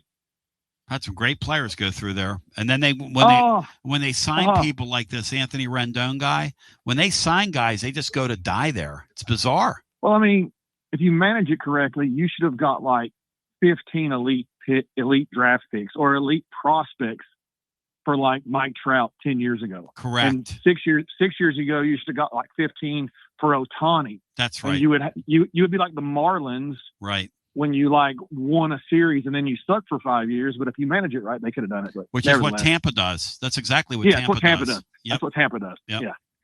Anyway, my hot take is the defense finishes inside the top 100 nationally this year. That's breaking news. It would be. It would be newsworthy. It would be a nice change. They better. I mean, you're talking about 138 teams. You better be in the top 100 when you have Tennessee's resources. We were not last year. That defense last year, guys, was that defense we put on the field against Vanderbilt. Whew, I don't know. The defense we put on the field against Gunnar Stockton and against Ty Simpson and against let's think. Even against John Mateer. We let John Mateer pick up 3rd and 15 plus 3 times. John Mateer, who can't throw the ball 20 yards if there's anybody within 5 yards of his receiver. We let him pick up 3rd and 15 plus 3 times. Thank God that's over. Timmy Banks. And I'm sorry, it's not that we got super unathletic dudes over there. It's we got dudes that were never in the right place. There's a reason Tank McCullough is still on the NFL roster. That's incredible. We thought he was horrendous and slow at Tennessee and slow. Yes, slow and terrible guys don't hang around the NFL. That would be correct, sir. I would have to say that's correct, sir. Yeah. So, anywho, hey man, I'll jump off. I'm about to go drink all this crud and flush my body out for a colonoscopy tomorrow. Good luck to you, man. I'm glad you're doing that. Thoughts and prayers for me tonight. Brother. Yeah, thank you. Yeah, well, good luck to you. I'm glad you're doing that. Preventative health. It's the best kind of health. Hey, Matt, find out if that leg water thing is a real thing. With the psoriasis. Can you ask her? Gonna look it up. Can you ask her? You're lovely. Yeah. That's pee running down your leg. That's what it is. Brian, no. Brian, no. Bill would know that.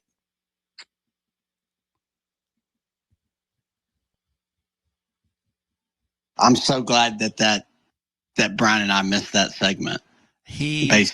At one point, he was so in detail with it, Matt. At one point, I was getting grossed out. You don't need to rehash it. There's everybody else. I was getting grossed out. Matt, I was getting. At one point, I said, "Bill, I just put my lunch off for an hour." I mean, that's really disgusting. Yeah, and you're the guy that had the dog deal a few weeks ago. That will never be forgotten by this living fan. That dog has tried 3 times now to jump up there with me, and I shove her off, and she's looking. I'm like, the last time I shoved her off, I'm like, "You pissed on me, dog."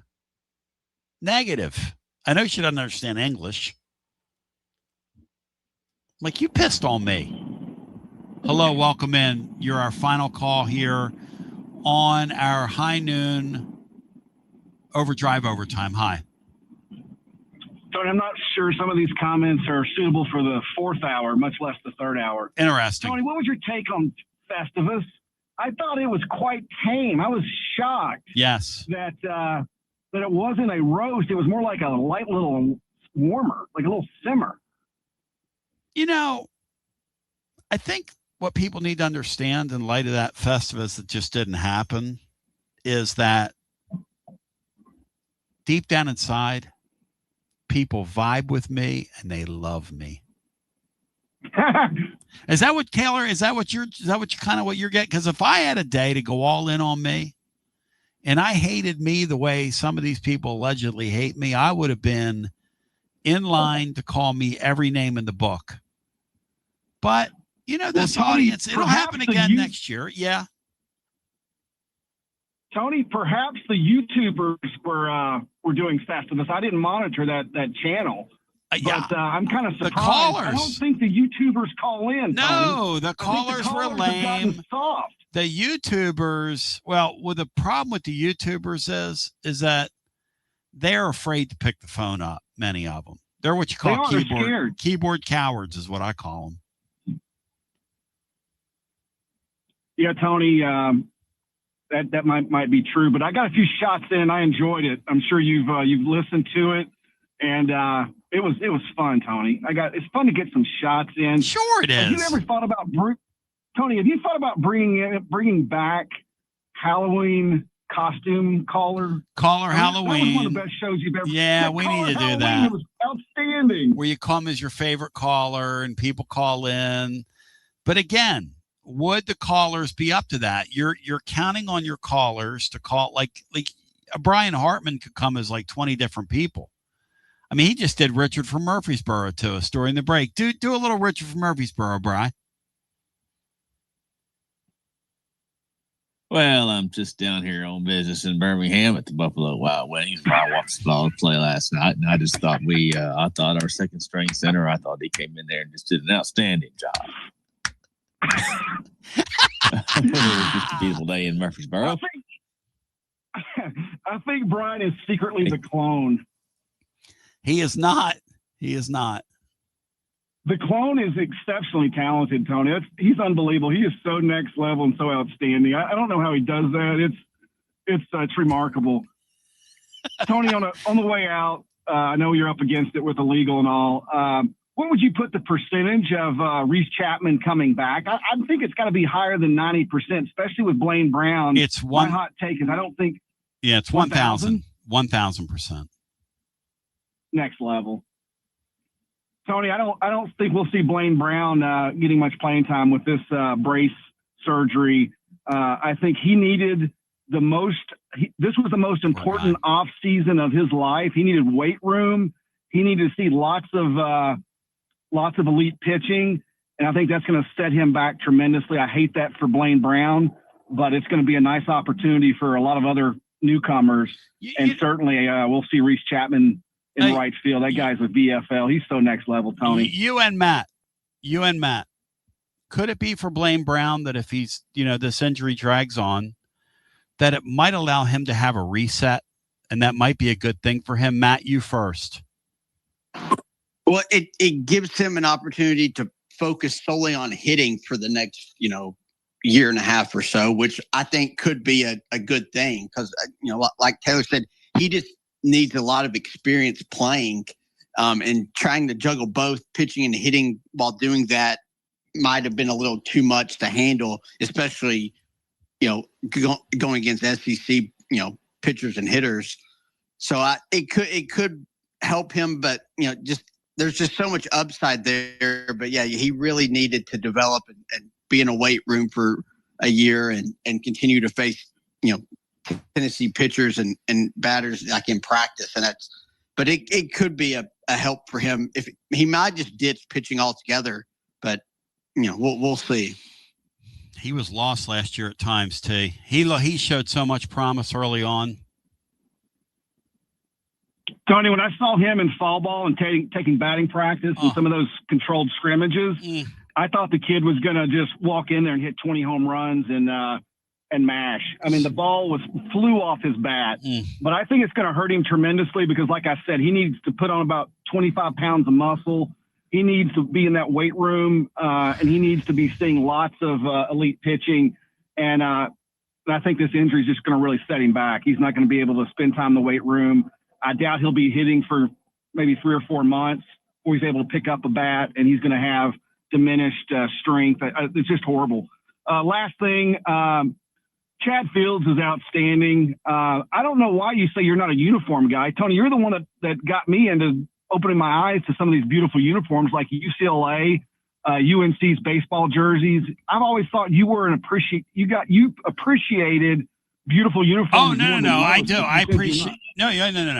I appreciate what I appreciate, but I'm not going to sit there and worry about the intricacies and detail of what a team has worn down through the years, like those things. And he does. It's like that's how his mind works. It's how his brain works. I'm going to sit there and love on a great looking uniform, no doubt about it. Yeah, you're exactly right, Tay. Yeah. Well, I do find Chad Fields highly entertaining. He's a great follow, and that guy, he brings it. And I'll say this: I think the history and that little video they put out on Geno Neyland, and that new uniform, I thought was frankly combining the history with the uniform is spectacular. And it's a one game of the season. Let's celebrate General Neyland, and I thought it was very well done. And I'm not an alternative uniform guy, but I thought this one they hit a grand slam, Tony. I'm GBO, my friend. Yeah, thank you. I'm alternative myself. And by the way, hey Matt, on the way out, Tony Vitello right now. I ran the numbers. They're tracking for 100 losses. The second 100 loss, joining 1985 in the history of the Giants. Now that was roughly a year ago. You think if he got that call then, knowing what he knows now, he'd have taken that job, Matt? Because he's gotten the coach in the majors. No, he wouldn't have. That team's awful.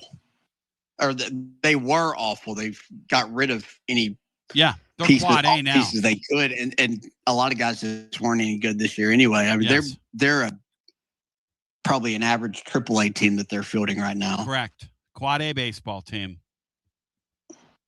Yep. And Drew Gilbert was hitting leadoff for them like last week. Yep. And they're so bad. I check into the Reddit.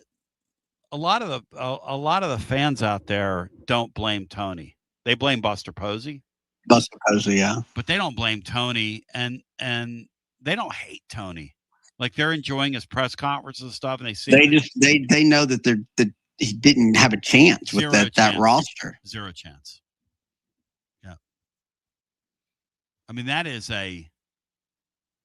to those that haven't followed along, that is a horrendous. I'm talking like, well, they might lose 102, 103 games before it's over. They're brutal. I mean, brutal. Yeah, they only have 100 loss 85 year, and it was in 1985. And I remember those teams. Those teams were awful. I'm talking awful. And so that's right before they got good again. That's exactly right. Maybe that's what they're going to do this time. Hey, Brian, Tony won't be around to see it. I don't know that he gets another year. I don't think he does. I think they do because they traded all those guys off and they kind of know what they're getting into, and so I think if he will be brought back. That's what somebody's perspective was. As long as Posey's back, Vitello will be back at least next year. Yeah, my sense is Posey won't be back. If there is a season. When Posey's gone, then Vitello won't be there for sure. Well, also Dave Van Horn signed a 5-year extension, so for what that's worth. Yep. Well, you boys have a good one. A lot of fun today. See you Thank you to Bry. Thank you to Diskey. Thank you to Bry. Till we meet again, my name's Tony. I want to shout out my friends at High Noon, because it's High Noon somewhere. Stock up on that. Support them. They support us. I love you. We appreciate you. Hope you have a great day. Be blessed. G to the B to the O. Take the VO. And we'll come back on Friday, and we'll finish strong. We'll finish this week strong. Peace. For those of you who missed the fun, the frivolity, the wit, the wisdom, the insanity, the water that's dripping down your knee as we speak, the leg water. Bill's introduced us some delicacies. We've got a Dr. Sweat Finger, who's got sweat coming out of his fingers. And then we've got water on leg water that comes down your knee. Does your show give you this? Does your favorite show give you this? I mean, you tell me. Does your favorite show give you leg water? And if I was doing this in the Philly market, it would be like water. Award-winning, thought-provoking, action-packed edition of the Tony Basilio Show is coming up next. Tips are always appreciated here at Tony Basilio.